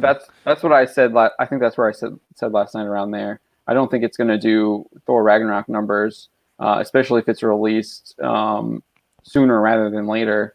And then I also like the Eternals, obviously, as well as a film. I'm more excited about this X-Men scoop. I'm like, oh, that sounds really cool. I want to see X-Men. If it's true. Yeah, if it's true. Yeah, He was right. He was right with Snyder Cut. So he's got a track record. These are like D tier characters at this point. Yes. Yeah. I mean, they always say, well, Iron Man really wasn't that popular. Iron Man was a staple of like the Marvel universe. If you walk down the street, everybody knows who Iron Man is. If I walk down the street and ask my neighbor, I'm like, oh, dude, Shang-Chi, he'll be like, what are you talking about? You know? Yeah, Iron Man had 2 animated television shows in the Alternatively, 90s. So Alternatively, I would point to the Guardians of the Galaxy, who prior to their movie had their best run probably 10 years before it. Yeah, right Dan right Abnett. after the heels of Yeah. Annihilation with Dan and Abnett. Yeah, DNA. Yeah. And now they're like a household name. But I mean, that's also just because they got the Disney push behind, or not the Disney push, but the Marvel movie push, rather. I also think that James Gunn made a good film, like a really entertaining film. He filled a little bit of that void that people had been wanting, because we hadn't had a Star Wars film in a while. He filled that Star And you also got to Star remember, Wars Chris void. Pratt has always just been something I heard that. that draws people, right? Yeah. You just want to watch that guy. So And Phil will tell you every time that they basically stole their vibe from Starjammers. Who were the Yeah. Starjammers, right? Oh. Oh, Star wow, Jammers yeah, is Scott Summers' dad and a bunch of Pretty rogues. much. And if memory serves, it was Nicole Perlman who was first assigned to sort of write the first Guardians of the Galaxy, and then when James Gunn came in, he did his personal touch of like the family motif to it, and those two worked really well together. It's a shame she wasn't retained for the sequel, because I think she could have made the sequel a little bit better with her voice, because she had to really delve into all the Guardians of the Galaxy comic books for like 2 years before she had to turn in her draft. And she was also she did an interview just before Guardians 2 came out about how the Marvel writers room is, which is there's about 20 other writers, and they're all given assignments to research and to do a script, and then it goes up the chain to see what ones they're going to actually do and what ones they're going to toss aside and have another writer come in and work on. So it works very much kind of similar to a big TV show. Well, that probably also explains why we see so many rumors, because if they're having so many different scripts and ideas tossed around. And I'm pretty sure by November of this year, Phase 4, they're going to do some updated announcements on Phase 4, and it might not look anything like what we saw last year, because if I recall correctly, Phase 2 and Phase 3 didn't end up being exactly what was slated when they did their announcements. Yeah, Inhumans there was an Inhumans movie. Inhumans was supposed to be a movie that Inhumans changed to a and no TV show. Captain Marvel. Yeah, they added Captain Marvel, I think, too. Yeah. Phil says they took so much from the Starjammers, and then Mark adds they took everything but the name. Yeah, because they redesigned all the characters too, for the most part. I think like Star-Lord was totally redesigned, and Gamora as well. Yeah, Star-Lord looked more like a Nova in the comics, if I recall correctly. Yeah, he had that awesome helmet. The last time people had seen him before the movie came out, he had like a World War I British war uniform on. All the Guardians did, actually. That was their uniform. And they had the symbol of the Ravagers instead of like no symbol at all. But yeah. All right, we are going to make a hard cut. I think now we're going to talk about hunting. We're going to go deer hunting. Oh no! Who's got the Bowie knife? We got to clean them up. This is a huge and important topic, and I think I don't know how many people are talking about it right now. I know it like blew up over the weekend, but we're gonna stay with this topic because I just think this is just a really important topic. So you have this this person here. I think this is our most recent article here. I'm gonna bring it up. Oh boy. So you have this person goes by the handle FerociouslySteph. They were appointed to Twitch's Safety Advisory Council, which in their original announcement on May 14th, this council is to inform and guide decisions made at Twitch. And then they went on to list a number of the activities that they were to advise on: drafting new policies and policy updates, developing products and features to improve safety and moderation, promoting healthy streaming and work-life balance habits, protecting the interests of marginalized groups, identifying emerging trends that could impact the Twitch experience. And so after this person, FerociouslySteph, was announced, I guess some people did some digging, or I believe she made some kind of comments. One of those comments, I think people did some digging on her. I guess she has a. Actually, I'm not 100% on this, so I'm not going to comment on it. But she did make some comments where she basically calls all gamers, or not. She says a lot of gamers are white supremacists, and that's her belief. And then she would go on to say that people she finds that are shitty people, she's going to target them and use her newly appointed position of power to go after them. And this is just absolutely insane that someone can say this, and they basically reaffirmed her position. So the CEO of Twitch released a blog post late in the evening yesterday, and in that blog post, the CEO's name is, what's his name here? Emmett Shear. and it reads like a lawyer wrote it. So he probably got his lawyer to rewrite it like 4 times before they posted it. And this came like at the same time where FerociouslySteph wrote a very corporate jargon bunch of tweets that read very similar to this blog post. So the blog post says that council members will not make moderation decisions, nor will they have access to any details on specific moderation cases. I don't think that makes any sense. Well, it how doesn't are help they the supposed to? situation at all either, right? I mean, Well, that's right. not just the concern that we have with this person. I mean, you have someone that's obviously a stable deer who wants to use their position to harm people that they don't like, right? I mean, I think that's what a lot of people are concerned about. You know, they don't want to get hunted by a deer just because they're having fun on Twitch. It's supposed to be the other way around, but that's just my cultural upbringing.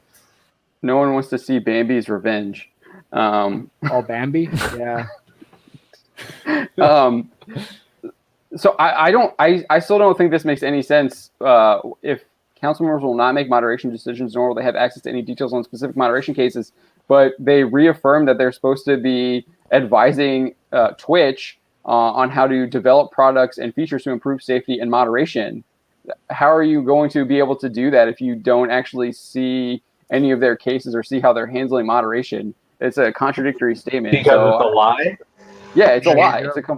It is a lie. And so we're going to get this throughout this blog post. It's a lie after lie. And this is just kind of the first one.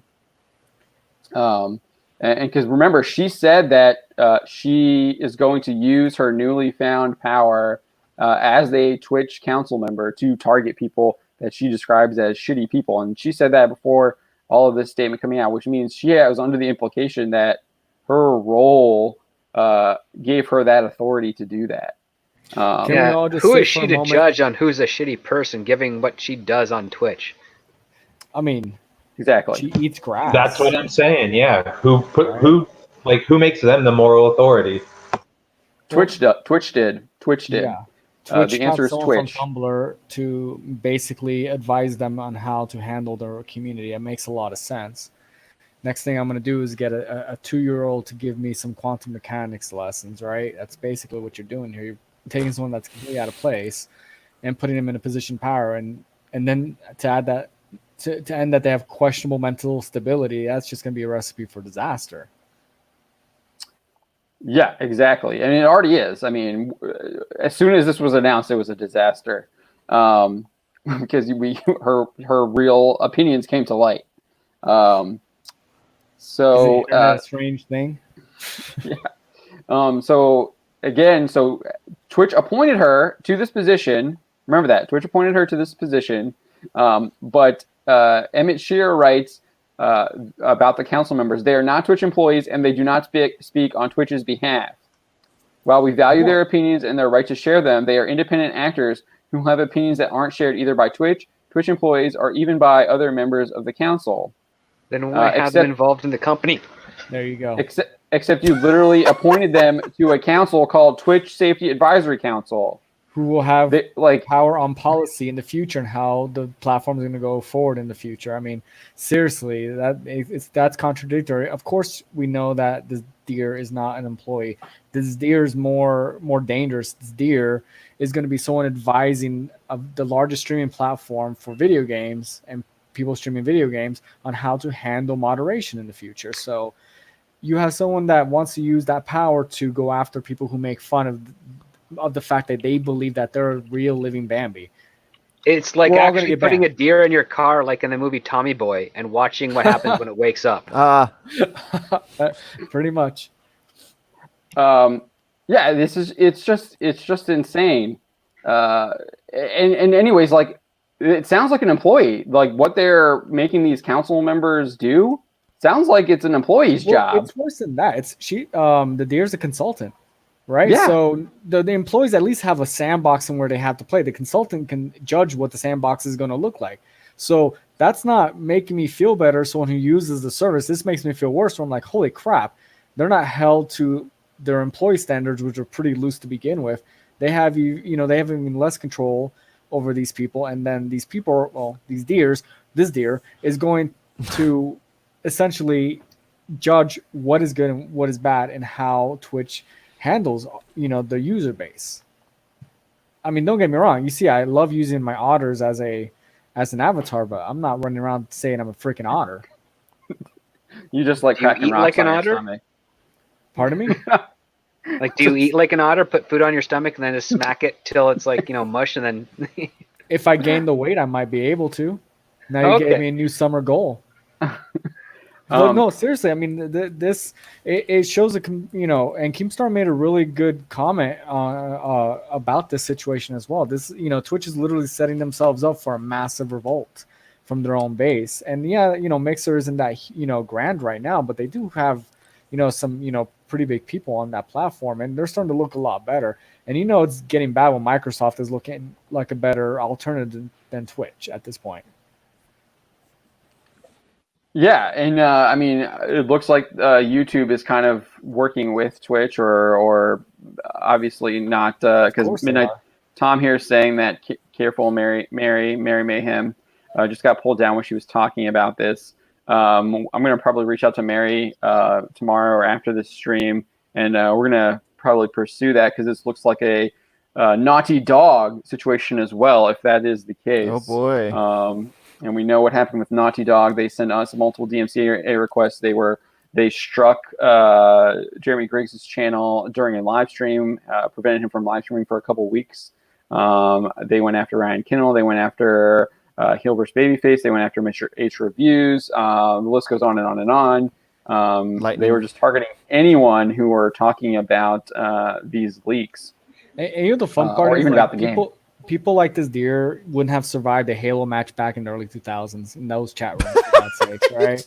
Seriously.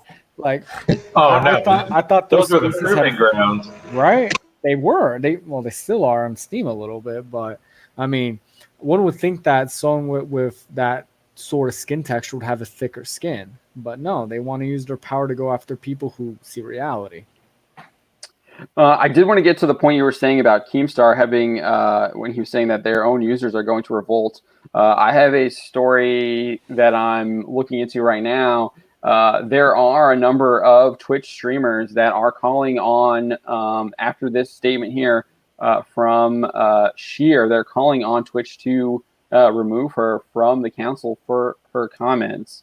And it's from a variety of different, at least I saw one. I'm going to be looking to see if there's any more people. I know that there's at least one person who has called for her removal from. I mean, it's like any service job, right? You don't go after your customer base. That doesn't make good business sense in the real world. Unless you're a comic book creator. Yeah, unless you're a comic book creator, right? You're absolutely right, John. But or an actor, Hollywood actor. Okay, so entertainment in general. But in the real world, where the rest of us live and struggle, you can't do that, because that's a really good way of getting fired. And unfortunately, those people are insulated from that. Well, those people and those other kins are insulated from all of that. Yeah, they've created. Yeah, they have. They are at this point, and they're being protected by these companies. So what's also is interesting is the blog post tries to excuse FerociouslySteph's comments. Remember, she called a lot of gamers white supremacists. And then she also said she was going to target them for people she considered shitty. And so while the post doesn't specifically mention FerociouslySteph, it's quite obvious who they're referring to. It reads, harassment directed at council members or anyone at or on Twitch only underscores the importance of the council. We do not condone bullying or harassment of any kind and will continue to take action against accounts who engage in that behavior. This is another lie. This is a lie. If they were actually going to take action against people who are bullying or harassing people, they would remove her from the council, because she is the one who was calling people white supremacists and saying that she was going to target them with her newly found council power because she deemed it so. Well, it shows that Twitch is doubling down on their choice, right? They made it very clear, at least at this point right here, they're doubling down with their choice of having Ferocious Bambi on their council. So they're signaling to their user base that they honestly don't give a hot damn of what they think, that they're willing to put a third, fourth, sixth rate streamer on an advisory council just because they got hurt, had their dearkin feelings hurt on some chats. I don't believe they've been gaming that long if the chats really hurt their feelings, because I mean, even right now when I play games, I get called a lot of nasty things, and at the end of the day, that's gaming. We've known that since the early 90s. You know, people get over it or you stop playing, right? I mean, be an adult or be an adult dear, something. Yeah, you rage quit. Right? I just don't find it surprising though. The entire point of these councils all the time like this is to do what she's saying. It's just saying it blatantly. That's the only. Yep. Yeah. Yeah, you're completely right. That's exactly what these councils are for. They are to push an agenda. We're seeing it. She was openly saying what that agenda was. We're seeing she has connections with the Anti-Defamation League. They're very open about what their agenda is as well. They're multiple. We've done multiple articles about it. They're the people who think that the OK sign is somehow a hurtful sign or whatever.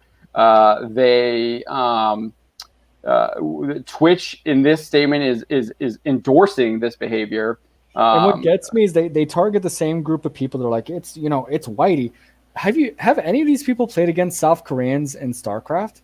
Like, those people will not only rip you a new orifice, but they will make you regret your existence and how they destroy you with the horrible English. It's mind-boggling. You actually welcome the Zerg rush as opposed to the verbal abuse that they take. I'm just like, you know what? I'm just gonna let these weird characters hit my screen. I'll hit Google Translate later and reevaluate my life decisions, right?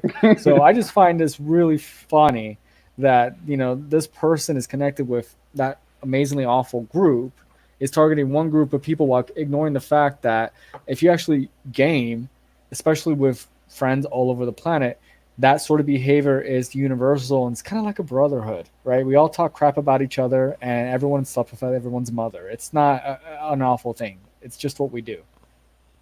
Yeah, it's trash talking. It's something that's done in pretty much every sport. You're trying to gain a mental edge over your opponent. Great point. They do that in basketball, football. Michael Jordan's famous for that. Yeah. I heard way worse stuff when I was playing physical soccer than I do in my entire video gaming career. Yeah. Oh man.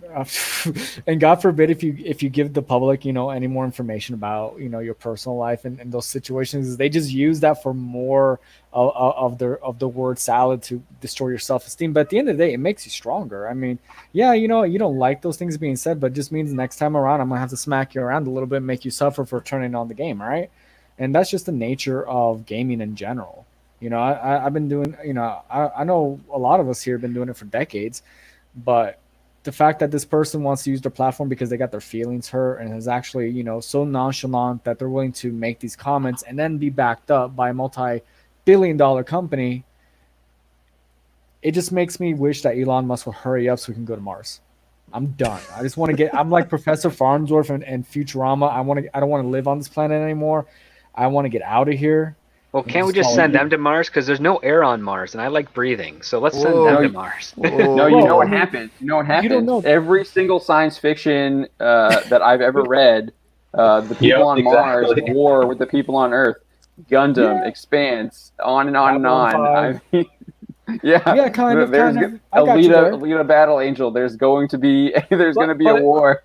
But what you do is you trick them into believing that they're Martiankins. Right, and that they can actually breathe the carbon dioxide that's on Mars, and by the time they get there, it's too freaking late. Not only that, their children will be born in a weaker gravity, so if they come to Earth, they'll die of heart attacks.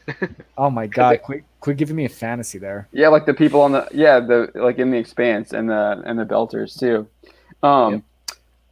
All right, so this is just that blog post just continues, and it says at the heart of the Safety Advisory Council and all of our work at Twitch is the desire to foster a safe, inclusive, and creative community of passionate people. How can you have a safe, inclusive, and creative community when one of your council members is calling people white supremacists and is using her position to target people? I mean, I know, like what John said earlier, is like they don't care. Right? What was that? She's already ready to do it. She hasn't been able to do it. She wants to. She was already putting forward the intention of harming people. So we can expect, some really awesome rules to come out. Well, safe space always protects Snowflake. Oh my God. You know what we need to do is y'all seen Full Metal Jacket, right? The soap scene. We got to bring that back, guys. We can do it. Oh yeah, the soap and the sock, right? That's what you're talking about. Yeah. I mean, that's the only way you fix people. Through sheer There's that, or you just get a bag of Valencia oranges. They don't leave bruises. Then they remind you who's boss. Yeah. Yeah. And then you get some orange juice at the end, right? Keep in mind, that's the guy who became Kingpin, so... Well, I mean, he wanted to fix Hell's Kitchen, and he did his damnedest. He also died before he became Kingpin. He also chopped off the guy's head with a car door. Dude, that car door scene was amazing. He tried his best. And that's all we can expect from people, right? Trying their best while they're eating grass in their backyard and having a orgasm on stream. I do think that this does... That's probably the most egregious part. Say what? What is? I said that's probably the most egregious part. Her whole deergasm on stream, tickle touch session. I don't care what job you have. I don't think you should be putting that kind of stuff forward as a representation of yourself in general. I mean, what did you think was going to happen? Like, let's be honest with ourselves. Did you think you were going to just be accepted and it would be fine? Having said that, next Friday I will be doing a live stream where I will be tickled and put in a... No. See, that's different. we know that this is a long time coming for you. We're fully in support of this. If you need more is Baby Yoda doing the tickling? I mean, we can make fun of this person being an oddball, goof, whatever. That's the internet. But the fact that this person has malintention with a position of power, regardless of how the lawyers speak is written in both blog statement and that person's post, we all know the writing on the wall, which is they're going to have the ability to write some pretty egregious rules against people who honestly just want to have a good time. Right, and yeah, it's not allowed anymore. Twitch is already banning like the simp emotes. We know that they have double standards when it comes. Right, they'll ban a simp emote, but if you flash your boobs or you throw your cat, I mean, God, that's nothing. We know they even have. Yeah, they have double standards when it comes to that stuff. So, like, even people showing what other people have done on their stream, they get an even greater ban than the original offender. People who do parodies of someone who got banned get bigger bans. So there's we have with Twitch. I can have my dog with their moderation out of me and still be on Twitch apparently. But the whole purpose of this council, which I think was what John was trying to get to earlier, is that this council is trying to gatekeep people out of the community. They are trying to say that your behavior, you are not allowed to be on Twitch, and we're going to make sure that you're not welcome and that we're going to try and get rid of you. And that's exactly what they're trying to do. And I think that's exactly why we need to push back. And Sophia Narwis wrote that article in RT calling for gatekeeping about the orcs. And this is exactly why you need it for video games here and Twitch as well. And I know Spencer's, I think you're working on something, an opinion piece to that extent. Working on it. Was working on it today. Probably going to have it tomorrow. Hopefully tomorrow. So yeah, I'm looking forward to that. But I do think that's what we need to start doing now. I mean, I think I just these people are trying to push us out of the spaces that we've found homes in and get rid of us. That's exactly what they're trying to do. They've been pushing us out of comics. They've been pushing us out of video games, streaming. They want to take this is why Sophia made that comment on her opinion piece, right? It's time for us to play the same, play by the same rules. We need to do it because us sitting back and trying to stay in what we think is the higher ground is not working. We're losing ground every single day when we allow these quote unquote people to use their positions of power to slowly encroach not only our hobbies, but to exclude us from those hobbies and then tell us that we're not real fans or we're not real players, we're not real gamers. And call us That white we're the others. supremacists. Yeah. Oh, yeah. I mean, I love being called that. That makes a lot of sense for a lot of us on staff, right?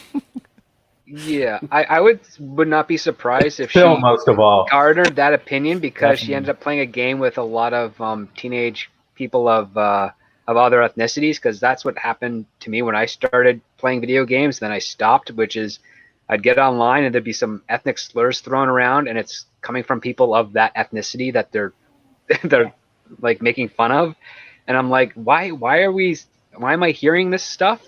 And apparently that's the culture, and it just kind of put me off. So then I just moved to like single player and board games and stuff like that. But I would not be surprised if that's what an experience that she would have, and then assumed that the people saying those things are of one particular ethnicity as opposed to possibly the same ethnicity they're throwing those words down in.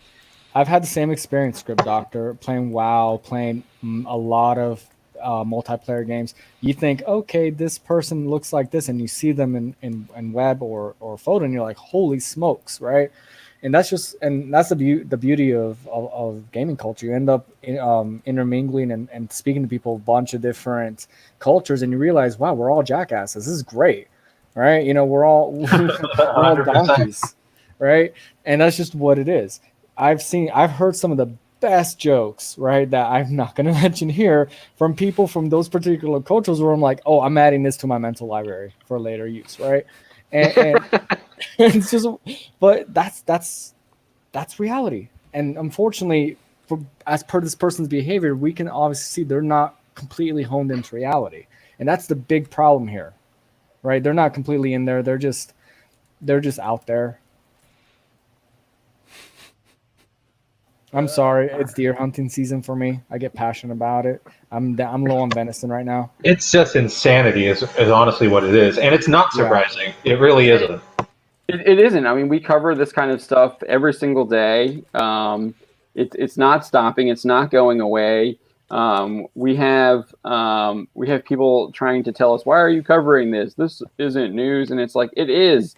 It is news. These people are coming for you. They're coming for your entertainment. They are going to try and kick you out. I mean, we've already seen it happen with a number of people.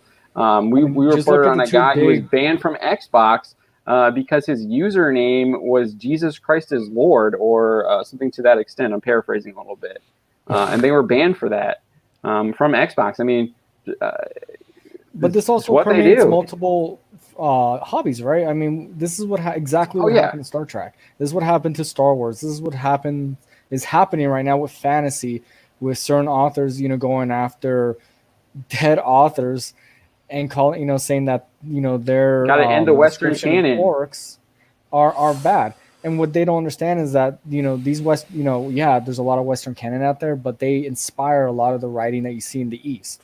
A lot of the manga writers, a lot of the anime writers, they look, oh, that's how the Westerners do it. We're going to do it to our own cultural stories and bring them to life through those same vehicles. So they completely missed the point on how, the seeds are planted around the world, and we're seeing more and more items being brought up for entertainment consumption. We're getting great stuff from all over the planet, and they just want to kill the golden goose at this point.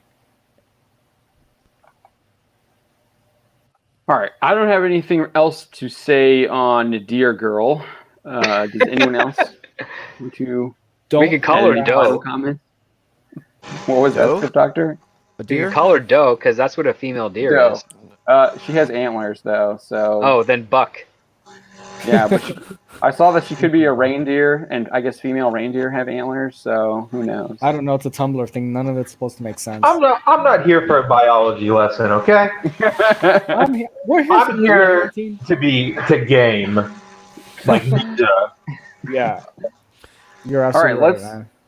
Man. Jorge was talking a little bit about Star Trek. Let's get into that. Hold on, my cyanide real fast. My depression just hit. What is it? Strange New Worlds? Yeah, the new Strange show? New Worlds. Coming from Akiva Goldsman, Script Doctor's favorite writer behind J.J. Abrams and Alex Kurtzman. The trio of excellence. Yes, indeed. Oh man, we know this show is going to be awesome just by those involved, right? Yeah, the trifecta, fantastic.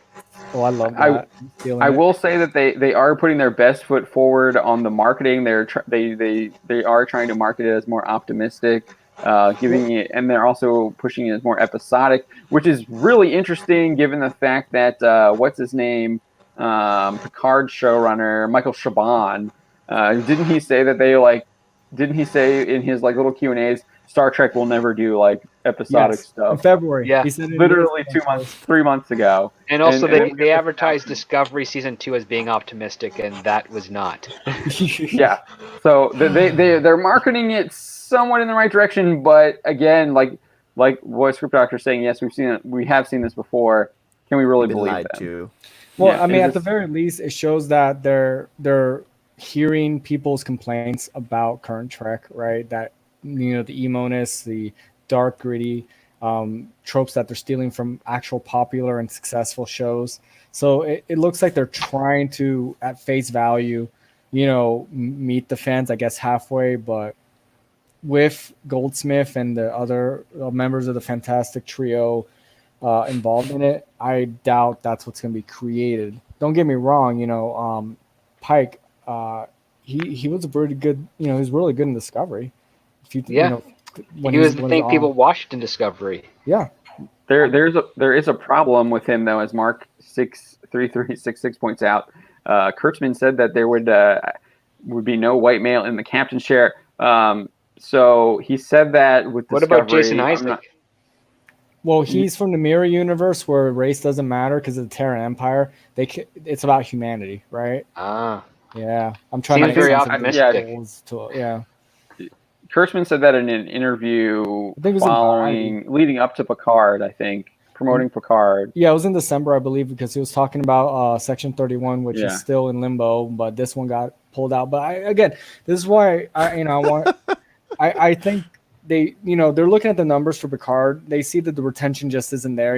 People canceled the free trial, and they're not able to keep the fans, and the fans that they're able to gain from Depression Trek aren't showing up in numbers that they were hoping. I mean, just look at their stock price and value. So I think this is kind of some leftovers that they're throwing to fans of the Roddenberry vision of Trek, right? They're like, we're going to focus on more optimism, episodic.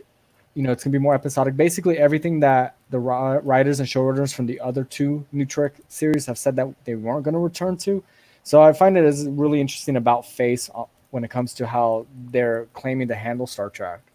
If it does come to fruition, right? If they actually go that direction, then I think some of the rumors, some stuff we've discussed that's been talked about, of course not officially reported, has been true, right? They're worried about the franchise.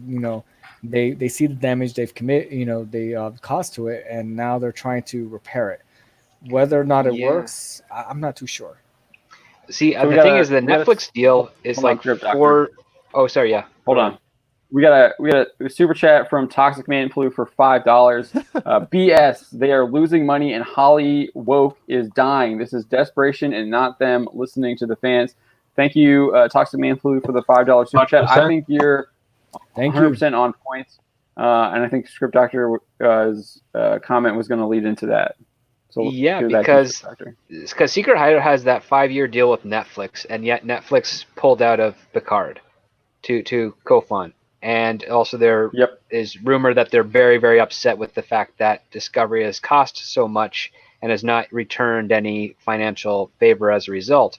In contracts like these, there usually is some sort of escape clause, but part of me suspects that Strange New Worlds, being technically a sequel to Discovery, might be a loophole for them to be able to get one more season out of Netflix to be financed so that they can have this show and then make Netflix a little happy, and also use that to leverage for maybe a possible second season of Strange New Worlds, and then allow Netflix to either not renew the contract or just let it peter out, and then that would be the end of the Netflix deal with Secret Hideout and Viacom CBS. Because I don't think they're going to be doing a fourth season of Discovery. Stats have already been taken down. They Despite spent rumors that it's gonna do like season 5. they spent 4 weeks reshooting, I believe, the final episode in February or March of this year. It just seems like it's not going to happen. I'm hoping that the two cartoon shows they have are at least somewhat entertaining, but I don't think they're going to be getting a second season either. Yeah, don't get your hopes up. Yeah. Well, I mean, I do know one of the people that's working on it, and they're pretty confident with loving the original series of Star Trek and TNG, but that's just one voice, so I don't know what the rest are going to be like. I'll trust your friend, your contact, but yeah, that's the problem, is that it's just one voice fighting against the CBS Viacom executives. So from my takeaway from this announcement, it very much read like Star Wars Day, Leslie Headland and Taika Waititi. Yes, here's this thing that we want to do. We don't have any details on what it actually is that we are going to do with this. We don't even know when we're going to start with it. We're just throwing names out here. Goldsman did a little bit of a follow-up on like what his vision would be. I think it was with Variety or one of the trades. And they asked him, like, when do you plan on starting? He was like, I have no idea. Yeah. Like, you would think that the showrunner of your show might have an idea of when they might actually be going into production if, like, the show was actually getting off the ground. To say that and be frank about it is just like, whoa. Like, it sounds like there's something else going on here. And I know, like, we know that Viacom CBS's stock is in the dumpster. They believe that it's undervalued. Yeah, it's slowly crawling upward, but it's still bad. Yeah. I know they've been pushing that. But it's just climbing with the market in general. It's not surging on its own merits. Yeah. No. I think Shari Redstone's buying up stock to get the numbers up to maintain the deal, because CBS All Access should be going away by the end of this year and being rebranded as something else. With Showtime and Nickelodeon and all that stuff. Yeah, like I hope they call it Paramount Streaming, because that's a catchy name, and it also would remind people. They already have that Paramount Network. Yeah, I think that they already have the cable channel. I think that brand is already there. Might as well just do kind of what HBO did, HBO Max. Yep, exactly. Just make it Paramount, because that feels like it's bigger than all the rest, right? Because that's the definition of Paramount. Paramount, yeah, it's a great name, great word. So I think that's what's going to happen, because they're announcing this for CBS All Access, but by the time they get into production, well, first they have to write the scripts, and they haven't. And by the time they get into production, it's going to be 2021 already. So this thing isn't coming out until the final year of Kurtzman's Secret Hideout contract. I mean, they're saying it's 2021. There's no way they're going to do it. Every Kurtzman Star Trek has been delayed. Discovery was supposed to come out in 2015, I think, and it was delayed. It came out fall of 2016, and then had a hiatus and came and completed in 2017. And then the second season didn't come out till 2019, and so that's a huge gap between. And then Picard was also delayed, and there shouldn't have been any issues for them to delay that, but it was. So it was supposed to come out in 2019, just after Discovery finished, but didn't. It was delayed till beginning of this year. And 5 weeks after the last episode airs, we get this announcement, which is like clockwork. And we're going to hear a little bit of this for another day or so, and then nothing for another 5 more weeks. And that's going to be a cycle. Yeah. And I know Jorge touched on this a little bit, but they announced Section 31 over a year ago. Nothing. Instead, we're getting another new show. Well, they've been trying to... Section 31, January 2019. They said they were working on that, and now they're working on another show. So I'm just like, what's going on? Well, I find it strange that they officially announced Strange New Worlds before they announced Section 31, which they've been trying to stealth promote for over a year now. So no, they officially announced Strange New Worlds last year in January. They announced that was coming. Yeah, there was like a Star Trek blog post. Kurtzman talks about it. He said they were building the writing team, and then we haven't heard anything basically since then, other than rumors and speculation. And then we get another Strange New Worlds announcement. Spencer's over there working on some wood. What do you got, a lathe? He's making it. He's making Some a legs for a table on his lathe. Yeah. Well, you got to drill your head to be able to watch current Star Trek anyway. So the lobotomy helps. Yeah, it's my new quarantine hobby is carving out what I wish would happen to my favorite series in wood. Oh man, yeah. But yeah, I so really- they have this Section 31 project that's supposedly been in development for at least over a year now, and then instead of moving forward with that project, they're canceling it, or they're putting it on the back burner, it seems, and they're going forward with a Strange New Worlds, and they're promoting it in the exact opposite language of how they promoted Picard and how they dealt with the Picard criticism, where people are like, we want optimism, we want more episodic, we want tradition, we want Star Trek, basically.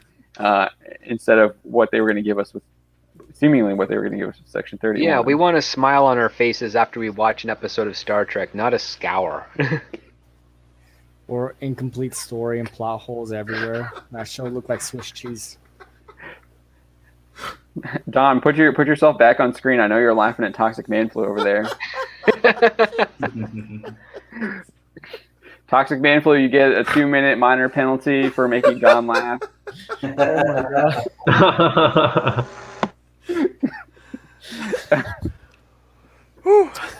god. So we got a question from Mega Jetty. We're gonna go back a little bit to Snyder Cut stuff. We talked about that the first hour, but Mega Jetty asks, any ideas as to how the Snyder Cut will be different from the Whedon Cut? Yeah, I mean, there's tons of stuff that's different. I can tell you one thing. Flash won't be falling into Gal Gadot's boobs. Yeah. There won't be any deer vibrators. Gal Gadot doesn't have a breast, but her chest plate she will not be falling into. Or you think she hides her wallet? No, there's going to be, in all seriousness, there's going to be Darkseid's going to show up. More likely, there's going to be expanded backstory with Cyborg. Probably more stuff with the Flash. Green Lantern. There's probably be a little bit more Green Lantern, Amazonian stuff.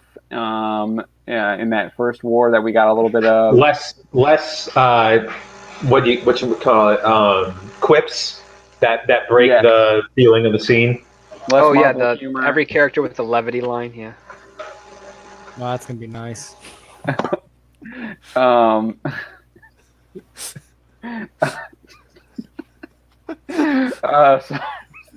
Toxic Man Flu is just killing us here.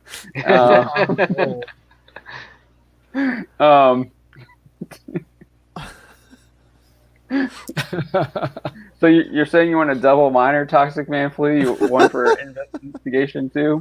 But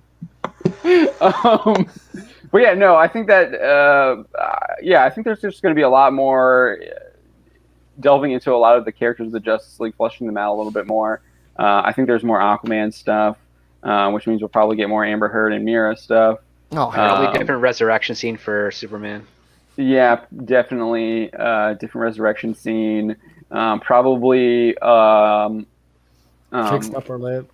Oh, the black suit. Apparently, there's a black suit, Superman suit. There was a black suit. That was the rumor. So what that mean, if we're getting that, there'll probably be an extended sequence with. I guess I'm thinking BVS right now because they gave us the extended sequence with Luthor communicating with. I guess they made it Steppenwolf in the Ultimate Cut. So I think there's going to be quite a bit. I'm sure there's some other stuff that I'm missing. I think there's some Wonder Woman stuff in there, fighting Darkseid. I think Zack Snyder said that Wonder Woman is the one who kills Darkseid, or does something to him before he is able to escape or something like that. We know that there's going to be a different end credit scene with Deathstroke and Lex Luthor. Joe Manganiello was talking about that today. So I think there's just a lot of stuff. Script Doctor was saying that it could be split into six episodes or a 4-hour long cut. So there's a lot more stuff that they can explore there. But that's kind of just a brief overview, I guess, if you can call that brief. Yeah. All right, sorry. I just wanted to answer that question real quick. It'll just be better. I mean, that's not a very difficult floor to rise above, right? Yeah, Yeah. I it's- mean, you don't have the to bar read is the not fine that print high. to my statement. The bar's like half a step high to get above. So I love Batman, and I actually really liked I really like BVS too. I know I might be in the minority for that, but Justice League was I like like parts Last of it. Jedi, and I like parts Justice of League it. was like Last Jedi and Rise of Skywalker to me, one and done. I didn't know. Yeah, I don't think I've watched it since my Yeah. first and only viewing. It's just so boring and not worth it. I didn't even see it. Like I didn't see most of these things. So there you go. Oh, you haven't seen Justice League? No, it looked bad, so I just wouldn't bother. So yeah. You did the right thing. I wish I had that kind of resolve. Well, you guys also have to like review this stuff. Like I don't. So. Yeah. Yeah, I know you do. Your channel's a little bit unique. You go back and you review all these like really the Marvel collections. Yeah, I basically like have like took basically what your boy Zach does, and I'm like, all he does is grab a new comic that he hates from the comic shop and spends $4 on it, and then savages it for 20 minutes. Well, that's great, but like I'm just not going to buy and spend $4 on something I hate. So what I'm going to do is I'm going to go and get something I like and be like, oh, well, what do I like? Let me go to my shelf. Let's see. Here's the Fantastic Four by Jack Kirby and Stan Lee. This is good. Classic. Yes, it is. So I'm just gonna like open this up on my lap and review this instead because I'd rather just read what I like and talk about what I like. It's more fun. And you might get some new readers and interested in the old classics. Yeah. It's worked. I've seen. I get random comments from just like random people showing up, being like, "Thanks, I got this because of the review," and it's like, well, good. At least I like help somebody out there enjoy themselves a little bit. So. Good. Yeah, that's I know that's one of the things. That's why I wanted to do that bounding picks thing in the beginning. Just share things that we enjoy and we like, and we want other people to enjoy and like as well. And that's definitely something that I want to start kind of doing that as well. I mean, because there's a lot of there is a lot of stuff that like that's going wrong out there right now, and we talk about that a lot. Like obviously, Star Wars, Star Trek. Marvel Phase 4 looks like it's going down that direction. Doctor Who has gone down that direction. The upcoming Batman is it looks like it could have some issues given the casting. But there is a lot of stuff. There is like a lot of really cool stuff still being made out there. There is a lot of cool stuff out there, and we all have different like Cosmic Warrior like as well. Yeah, like the Cosmic Warrior. And that's also.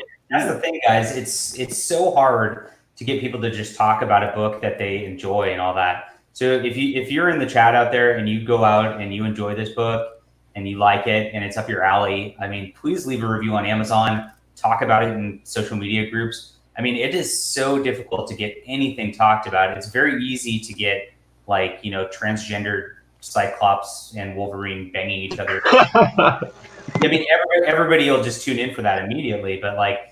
The positive, it's like, okay, so this is a really good book, and it's just about like a stand-up guy who's like, it's pro-military, pro-Christian, pro-American culture, and he's just kicking alien ass. Like, what else do you say about that? Like, there's not much to say, So I don't know how we retrain our minds on that, but we kind of got to some extent.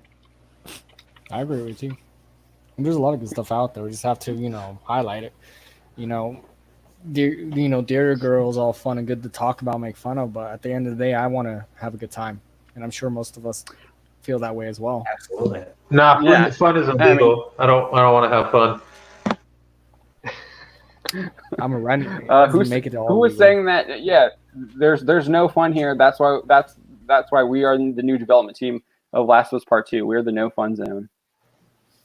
That's just 40 minutes. I think that's what they said, right? Yep, that's exactly what they said. Yeah, we don't use the word fun here. We're making a video game. Yeah. Hey, give it a couple years. At this rate, we'll buy games that just lecture us for 8 hours. What do you mean give it 8 years? I could do that 2 years, 3 years ago. True. Yeah, that's a good point. So yeah, we're talking video games. Spencer, you had a really good article up today about a little bit about Assassin's Creed Valhalla. I know we were just talking about when to be positive, but I know there's some questions around what this game will look like. Yeah, Hesitation. so I'm not sure if everybody has seen the latest trailer for the new Assassin's Creed game, but where the setting is taking place in 9th century Europe during the Viking invasions of England. And I put out an article today talking about how I think it's a losing battle Ubisoft is facing in making this game because, you know, to put a positive spin on it, I think the Viking setting and that 9th century setting is super unique, super interesting. I mean, you've already got the trailer showing you the Vikings versus the potential propaganda that King Albert did in real life. But they're also going to face criticism because we know Ubisoft loves to change their games to further an agenda, to push a message. And so they're going to face a lot of backlash from people the second, you know, the inevitable Black Viking walks onto the battlefield and says, I've always been here. But conversely, with them taking on such a white, or not such a white, but an exclusively white kind of cultural event, no matter who, like, all the super leftists are going to be very upset at it just for that fact. So they're kind of stuck between a rock and a hard place. I agree. Well, don't watch Shadowversity's video on it because he tears into it because the axes aren't correct, the armor isn't correct for the time period. See, and that's exactly what we're going to run into, and that's what we're running into from just the aesthetics. I can't even imagine what it's going to be the second somebody thinks for a second and puts the connection to Thor and Odin and Norse culture together with Valhalla and cries their eyes out about it. Oh, it's going to happen for sure. Yeah, I thought that that article was really well written. I do think they put themselves between a rock and a hard place. But I do think that that franchise is pretty big. It'll probably do pretty well, and with the Viking aspect, it does seem like they are trying to win back some fans they might have lost following Black Flag and the Ezio storyline in Assassin's Creed 2, which I would say those are the best games of that series. Oh yeah, hands down. Yeah. I can't wait to see my transgendered lesbian Vikings. One of the biggest complaints I've seen so far is there's a shot in the trailer where the Vikings are raiding a village, and the main character is coming around a corner, and he runs into a woman and a young child, and he puts up his shield and he holds back his men, and he nods at them to run, run, giving you a chance. And that's so stupid. Exactly. It's like, look, even if the Vikings were exaggerated in their brutality, there's no way that would happen. That's just not true. All someone has to do is actually pick up a book. I know it's hard, right, to pick up a book that's not written before 2010 and read how war was conducted in those days. Romans. If you can't fit it into 140 characters, I don't care. Well, it's true.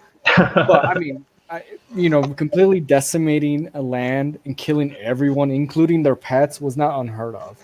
And that's not only just for the Vikings. The Romans did it with the during their Gallic campaign with Julius Caesar. You see with the Chinese during their campaigns in the western side of their empire, and even in the African countries. Oh yeah, Genghis Khan. The Vikings themselves, one of their traditions was when they raided and invaded a land, they would take their women. They would just literally pick them up and take them back to Norway or Finland or wherever they wanted to settle at the time. Yep, and they would get the consent, of course. Of course, 100%, and the women would be put in charge. You're gonna grab someone and by the hair, and she's gonna have to write a consent form. As long as it keeps the deers away, I think I'm all right with that mechanic. Oh no, she's probably such a strong female lead that she'll just beat the shit out of you anyway. Oh yeah. Oh yeah, of course. Yeah. She's gonna pick up the two-handed sword that weighs twice her weight and just swing it like she's an expert, even though she's never picked up a sword. right? That's just And even though she's got the body of what's that name, Rose, Batwoman. Right? Oh, Ruby Rose. Ruby Rose. or Batman. They did have shield maidens though. Like, well, Oh yeah, they had some, Yeah. or not some, but they definitely had shield maidens and strong women warriors. I just fear that Ubisoft is going to do their usual thing of we're going to focus on that and boost their role and downplay everything else while claiming it's historically accurate. And that's what's going to make everybody mad. Well, that's what they do. They look at the exception to the rule and they make it into the rule, which makes absolutely no sense. Yeah, I mean, you have cases of that all over the planet. You know, God, the one in Britannia, the female queen who drove off the Romans but finally was defeated by them. That starts with a B. I can't remember her name right now, but it happens, right? But more often than not, that's not what happened. You know, they'll come in, rape, pillage, burn everything down, take what they want, and that was pretty much the end of the day. 100%. And we're going to get none of that, and we're going to get a lot of not so thinly veiled political references to things that won't make sense in 3 months. Well, you know they're gonna have a bad orange guy as the main antagonist in that game, right? Of course.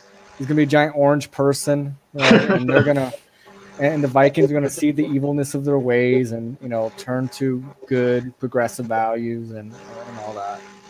They'll be saved by the clan of Black Vikings.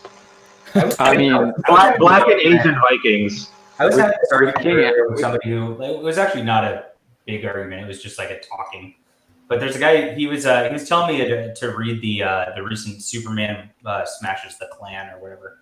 I'm sure you guys saw that rolling around last year. And the trade was about to come out. And honestly, like looking at it, it looks like good old school cartoony art. I might check it out just because of that.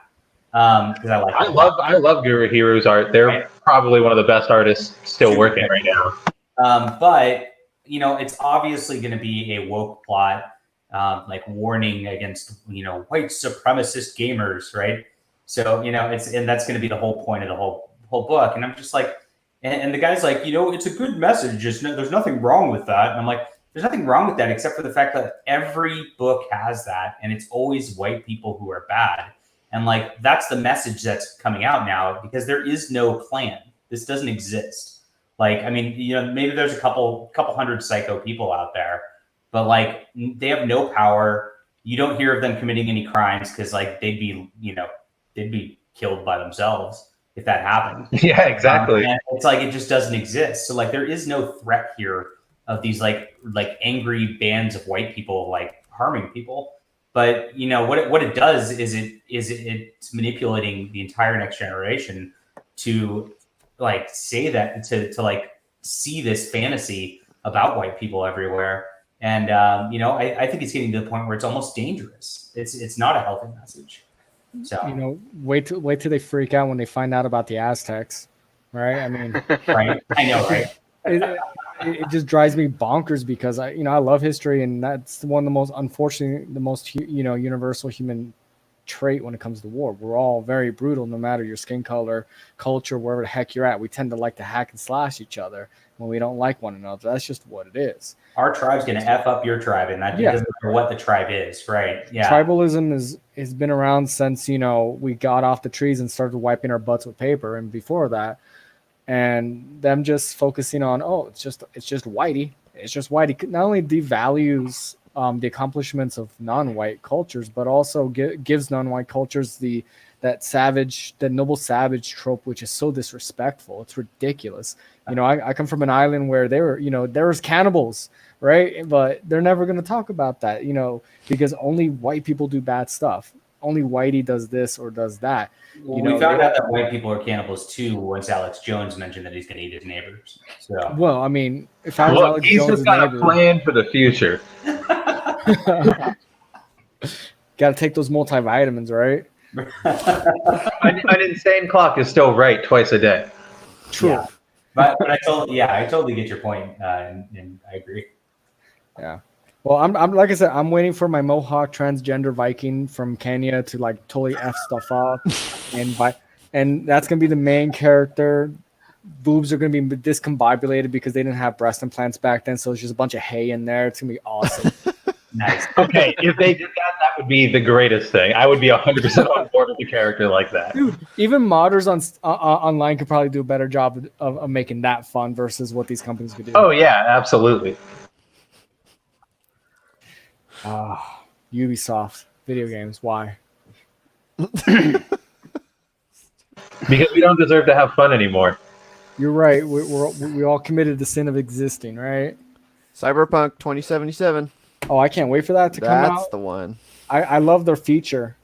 Let's just say the enhancements that you can do. I'm gonna I'm make gonna replace all of my human body parts except for maybe like one eyeball with cyber penises. And it's I'm gonna roll down the street as a ball of cyber penises. I'm gonna do the Klingon thing and have a forked one. It's gonna be awesome, and I'm just gonna run around swinging it around, scaring women.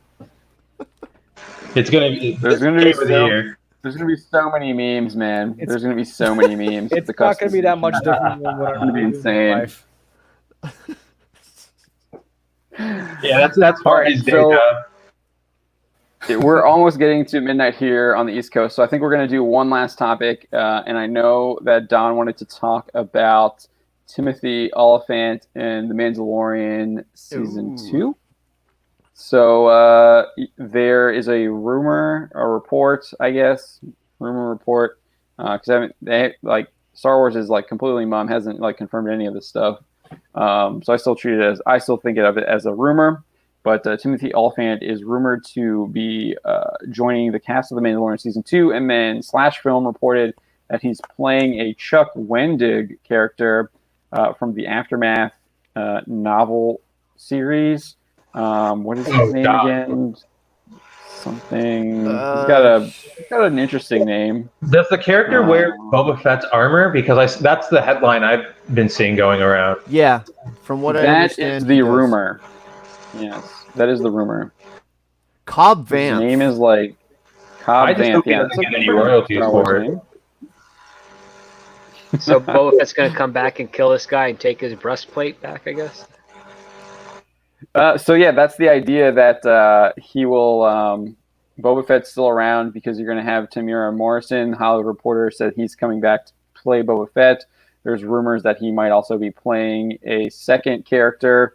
Obviously, we know Temuera Morrison played Jango Fett, who was his character was the template Father of for Boba the Fett, clones. Yeah, for all the clones, and the father of Boba Fett, and Boba Fett is a clone of Jango.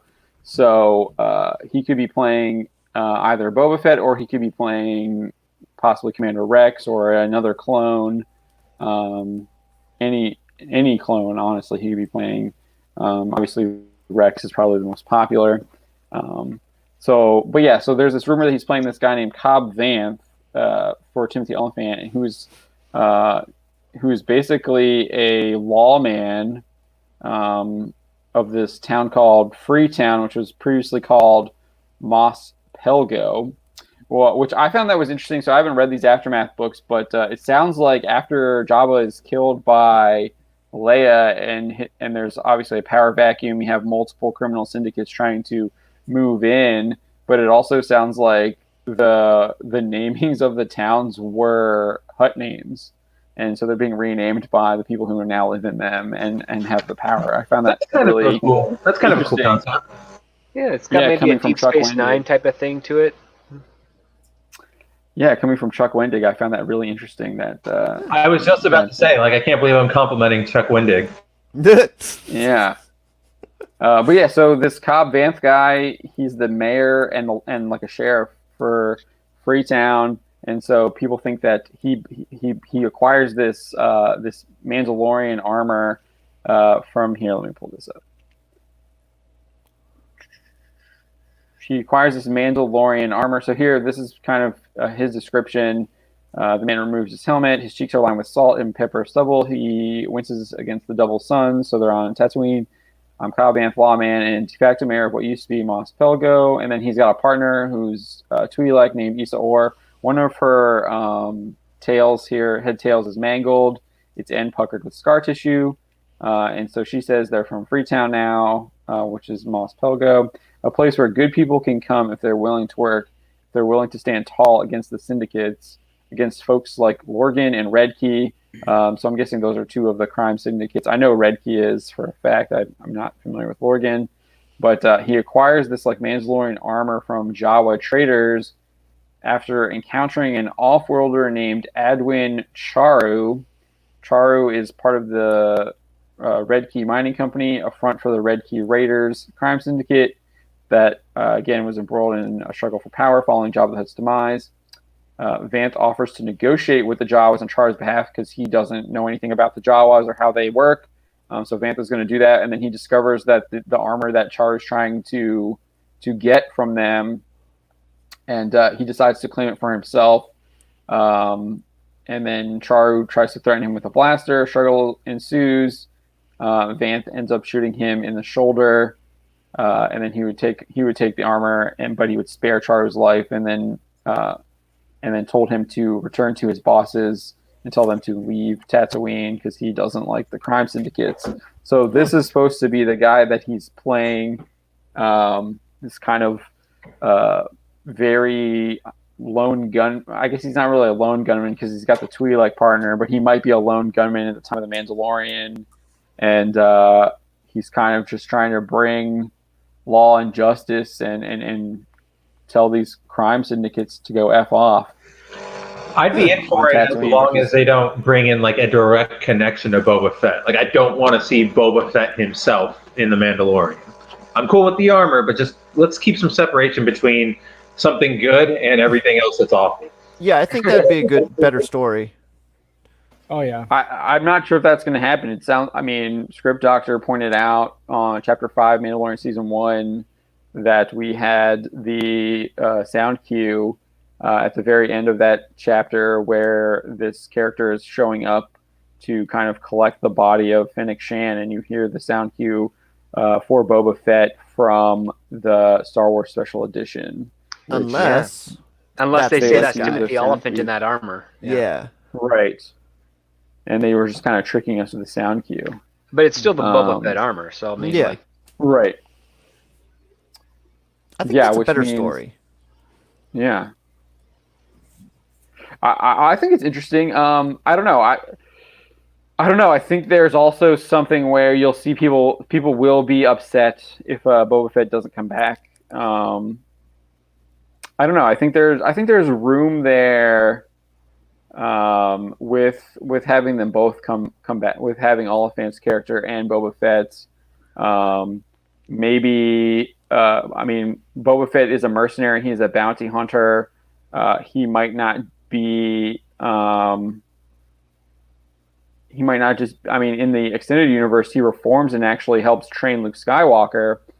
So it's not like he's all just a horrible person. We do know that he runs with obviously bounty hunters and gangsters in the Clone Wars and during the Clone Wars when he's a kid, and he wants to seek revenge. And that is a character that Filoni has worked with, so I wouldn't be surprised if they wanted to bring him back in the Mandalorian as well. I don't know. I think there's room there. I think there's room to have Boba Fett come in and kind of play off of Timothy Oliphant. Maybe he doesn't want to get that old armor back, and then he comes across the Mandalorian and he decides to join the way, or something like that, and then you spin him off into his own adventures into a new series. Because remember, we have a rumor that there's a Boba Fett series coming too. Well, I kind of think of the way that these episodes are kind of structured as like solo kind of appearances. They kind of handle them where it's one character who shows up, or maybe two. I think it would be a little too much to have both Tamura Morrison and Timothy Oliphant show up in the same episode as these iconic characters. Especially when the episodes are like 25 to 35 minutes each. Yeah. Unless they're pulling ironically a reverse Disney, and they're going to just shove it all the. You guys want Boba Fett? You guys want connections to the old series? Okay, here's that one episode where you get all that I know. It's a wild card. That's why I said it's ironically an anti-Disney move, but it's theory. Yeah, I don't know. I think that you can have a long. This could be part of like the long burn storytelling of this season, possibly, like they did with the first season. With the obviously, I don't know if that works because it's a subplot within the major plot. Because the major plot is still, I would assume, has to be like protecting the Baby Yoda and figuring out who the hell the Baby Yoda is. The chat doesn't seem optimistic. They think Boba Fett is going to be radically altered. The Sarlacc pit obviously has some kind of magical properties where it changes the person at a fundamental level. Who knew the Sarlacc pit was such a powerful being? Just imagine how many people did Jabba feed to the Sarlacc pit. Oh my gosh! I don't even know if I want to imagine that. No, that's all retconned now. Now he just threw him in a prison pit. Can't show giant man-eating monsters anymore. Oh, well, what's interesting is this original conversation I was reading here, this one right here with the red key, they're actually trying to recruit the Beastmaster for Jabba the Hutt to join their settlement because they have acquired a young Huttling that I guess these red key people were trying to put on some kind of like dye in a palace or something. I don't. The Beastkeeper, like the fat guy who cries over the Rancor? The Rancor trainer? Yeah, dude. Yeah. Okay. Like, sure. Why not? What is his name? Mala something? I can't remember. Nobody. No, Malakith. No, that's Malakili. Also terrible. Malakili. His name's Malakili. So this is why they think. This is why they think Oliphant has Boba Fett's armor. So in Aftermath Life Debt, the armor is described as eerily familiar by Jabba's former Beastmaster Malakili, and his inner. So they're a man in Mandalorian armor, suit a bit pocked and pitted and streaked with scars, armor that looks eerily familiar, and Malakili's innards clenched at the sight of it. A carbine hangs at the man's side. So he obviously recognizes the armor. And the insinuation is that it's Boba Fett's. I don't know. I'm kind of just like, dude, I don't even want to do any kind of connection to the sequel trilogy stuff or any of their like have to read garbage novels that they want us to get. Like, I just feel like if we're doing Cobb Vanth, that's what they're trying to do. So you need to buy Aftermath so you know who he is. Yeah, hopefully they do it so you don't have to give Chuck Wendig any money. Yeah. Oh, damn. Have a gooey gumdrop skippy buck day.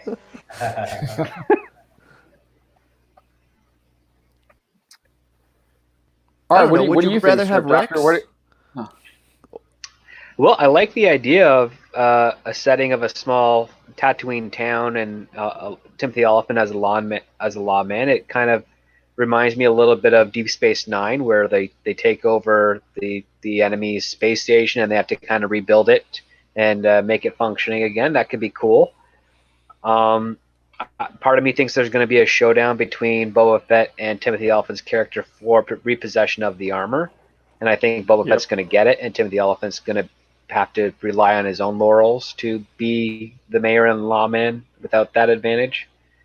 And I think it's only going to be that one episode. I like that idea. That's a really cool idea. Which means it's most likely not going to be what they do. Yeah, of course not. Boba Fett's a Jedi now. Yeah, I mean, they are. Baby Yoda. Someone's gonna get a hold of that Darksaber. I would assume.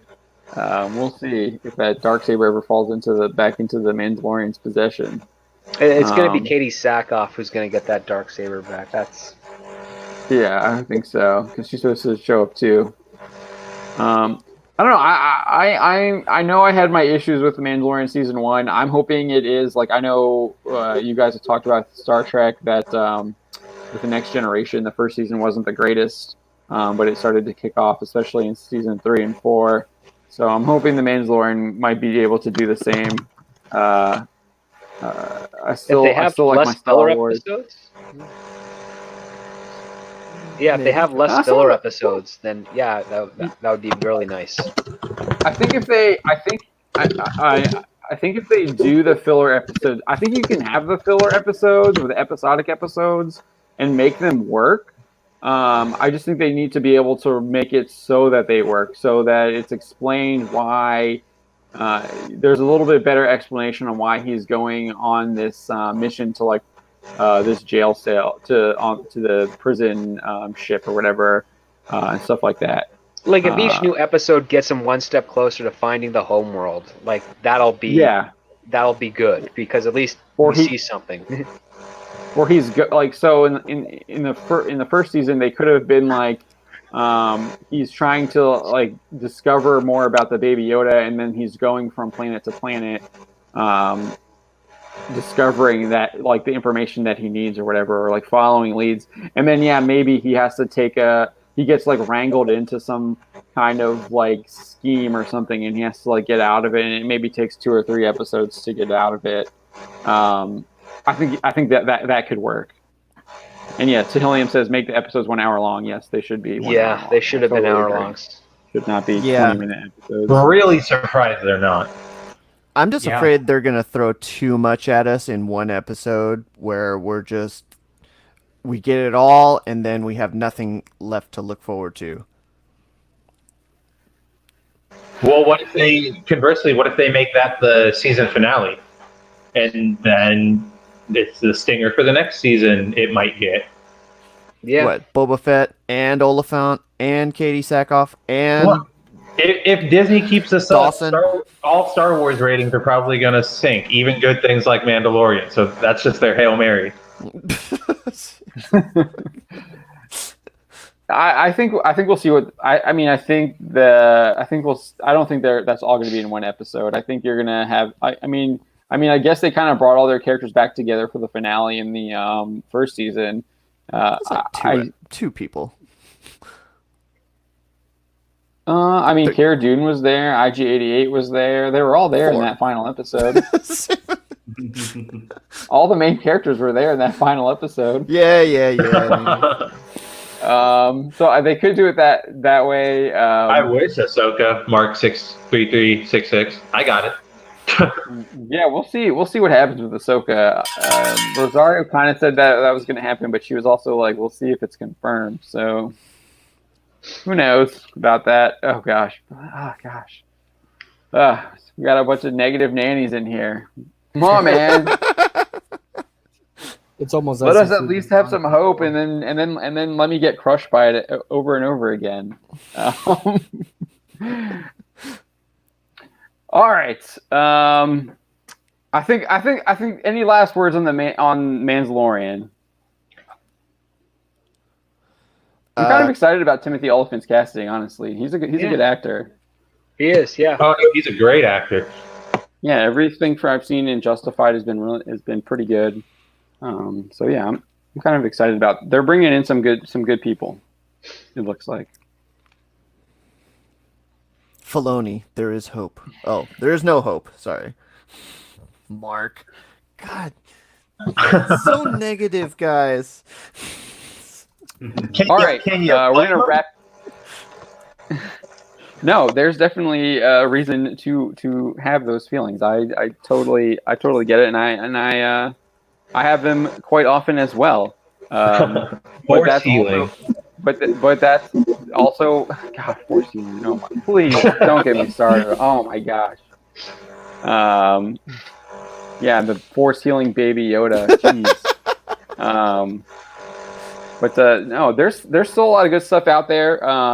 John's got a lot of stuff. He has he didn't talk about this. He has his Star Wars. Star Wars adjacent. I already did Star Wars better than Star Wars. So I'm just kind of over it. I don't think I have mine here. It's in the box still, I think. Yeah, it's still in the box, I think. Oh no, here it is. Cool. Yeah, right here. That's awesome. You get a hard copy of my book. That makes me somebody, guys. That's all I care about. Yeah. John Frank's got it. Yeah. Yeah. So, yeah. So yeah, you got that on Amazon too, right? Yeah. So Justified's first of a trilogy. I mean, you go to Amazon. I've got like 20 something books out there between comics and novels, so it's there's something for everybody at that point. If you miss old Star Wars and just like want some like rip roaring action in Star Wars, that Justified book is for you. It's just Star Wars from like a Crusader perspective. And comics wise, of course, I got the Cosmic Warrior. Mark says he's picking it up tonight in the chat. I really appreciate that. Thank you so much for that, and I really hope you enjoy it.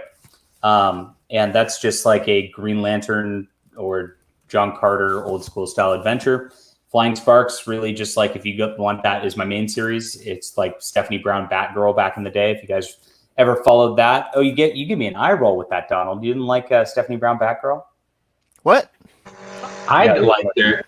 I'm trying to plug your book here, John.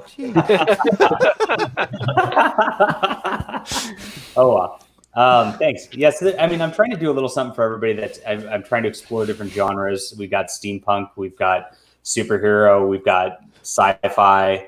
What else is coming up next? We got Dynamite Thor. So, and that's like kind of like quirky, silly superhero vibe of things. John Trent, you are my freaking hero. Look at this guy. Yeah, I got Dynamite Thor. He puts his money where his mouth is. Never accuse John F. Trent of not being a man of his word. Amazing. So I don't know. I'm trying to create a superhero universe in comics, and just like it's of course really hard to compete on that level because Marvel and DC just takes up the stands. But I'm hoping that as their whole business model falls apart and destroys itself from their wokeness, that my just being on Amazon and having like this full line of superhero books and full line of books out there will just be something that it's like, okay, this is going to be something maybe we can check out, and it'll be a great equalizer because it doesn't take up shelf space in the front of a comic book store. So, do you plan on working on all the quote unquote titles of the universe by yourself, or do you think you'd ever bring in other creative teams? Eventually, I'm going to have to bring in other creative teams. Yeah. I'm pretty thinly extended right now as it is. So, I'm trying to run 3 superhero deals.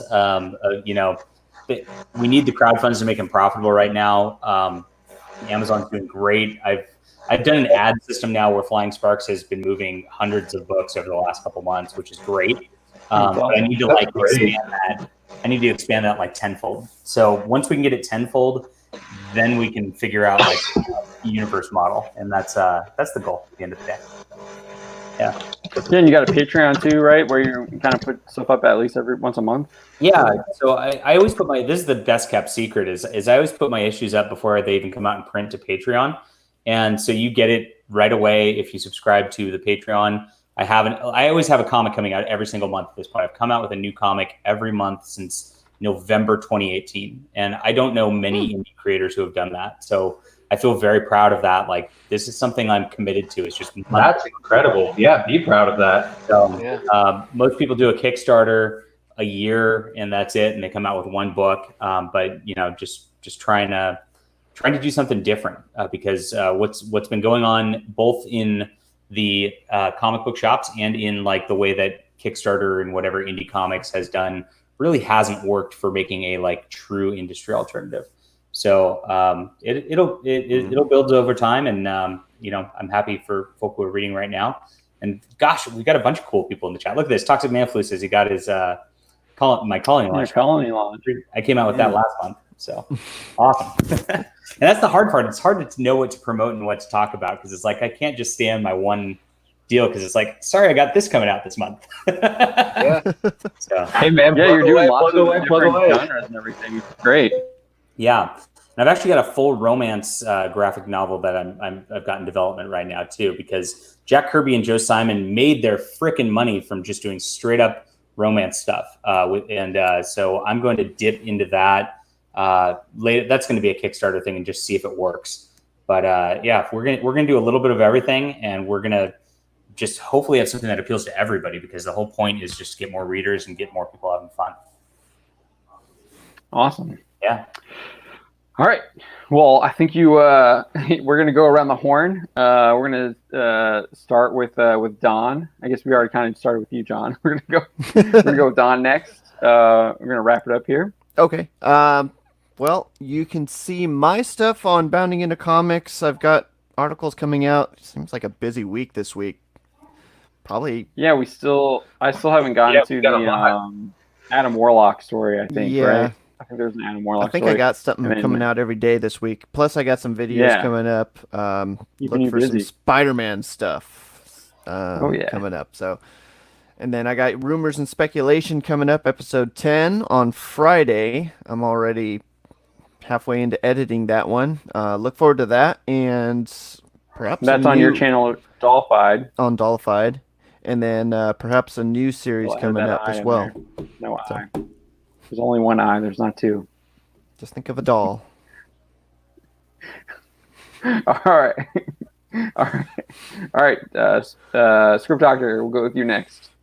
Oh, hey. Well, thanks for having me on tonight. And John, it was awesome meeting and talking with you today. Your books look fantastic. So have I not met you before? I don't think so. No. Wow. I feel like you're an old friend. Thanks, man. Love you. Man. So yeah, I'm going back to work a couple days a week starting tomorrow. So I'm gonna have some disposable income, I think. So I'm definitely gonna be supporting some of your books on Amazon there because they look pretty cool. You can find the stuff I do on YouTube here, youtube.com/scriptdoctor, and I have a Twitter at scriptdoctorphd. And I'll be getting back into some content creation pretty quick. I'm going to be wrapping up Batwoman, and then I'm going to finish that by how I would have done a Batwoman show with my own cast choices and plot.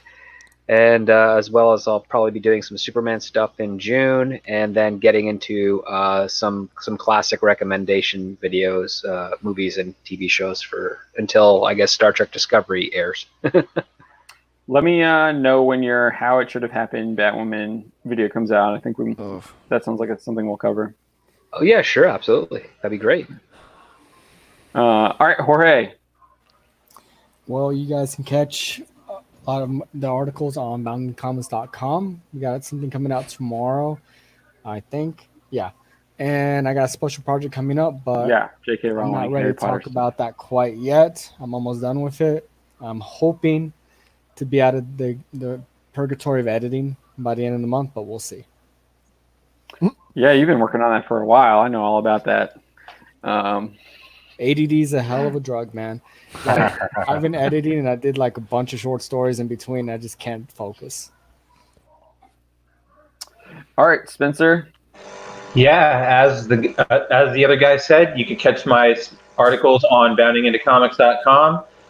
I'll probably have a bunch of stuff up tomorrow. I just released an article about a bunch of pretty disturbing initiatives happening in Germany towards video games, so I really advise everybody to check that out.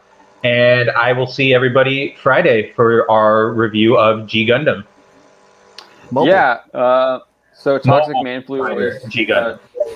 Yes. Toxic Man Flu was talking about being positive. We are doing a weekly review Fridays at 4 p.m. It's Spencer and myself, where we review Mobile Fighter G Gundam, and we reviewed the first episode last week, and we will be reviewing the second episode this week. We're going to America. We were in Italy for episode 1, and we're going to America, where it looks like we're going to get some Rocky references. Yeah, it looks some good like a lot of fun. American boxing. Yeah, so be sure to tune in at 4 p.m. Eastern Time on Friday. So that should be a lot of fun. I will also be doing an interview tomorrow with Jerry. I think it's Jerry. It might be Gary. I'm not sure. He spells it Seinfeld? No, I'm not sure how. I'm not sure. I think it's Jerry Cassell on his channel, but I think it's taped. So I'm not sure when that will air. But I'll be doing that tomorrow. That's awesome. So that should be a lot of fun too. So thank you all for joining us. We really appreciate it. And go check out John's books. Seriously, yeah, for sure. Yeah, definitely. We do this every Wednesdays at 9 p.m. Eastern Time, and we will see you. Spencer and I will see you on Friday, and everyone else, we will see you next Wednesday. You all have a good night. Thanks again for joining us. Good night, everyone. Night. Plug.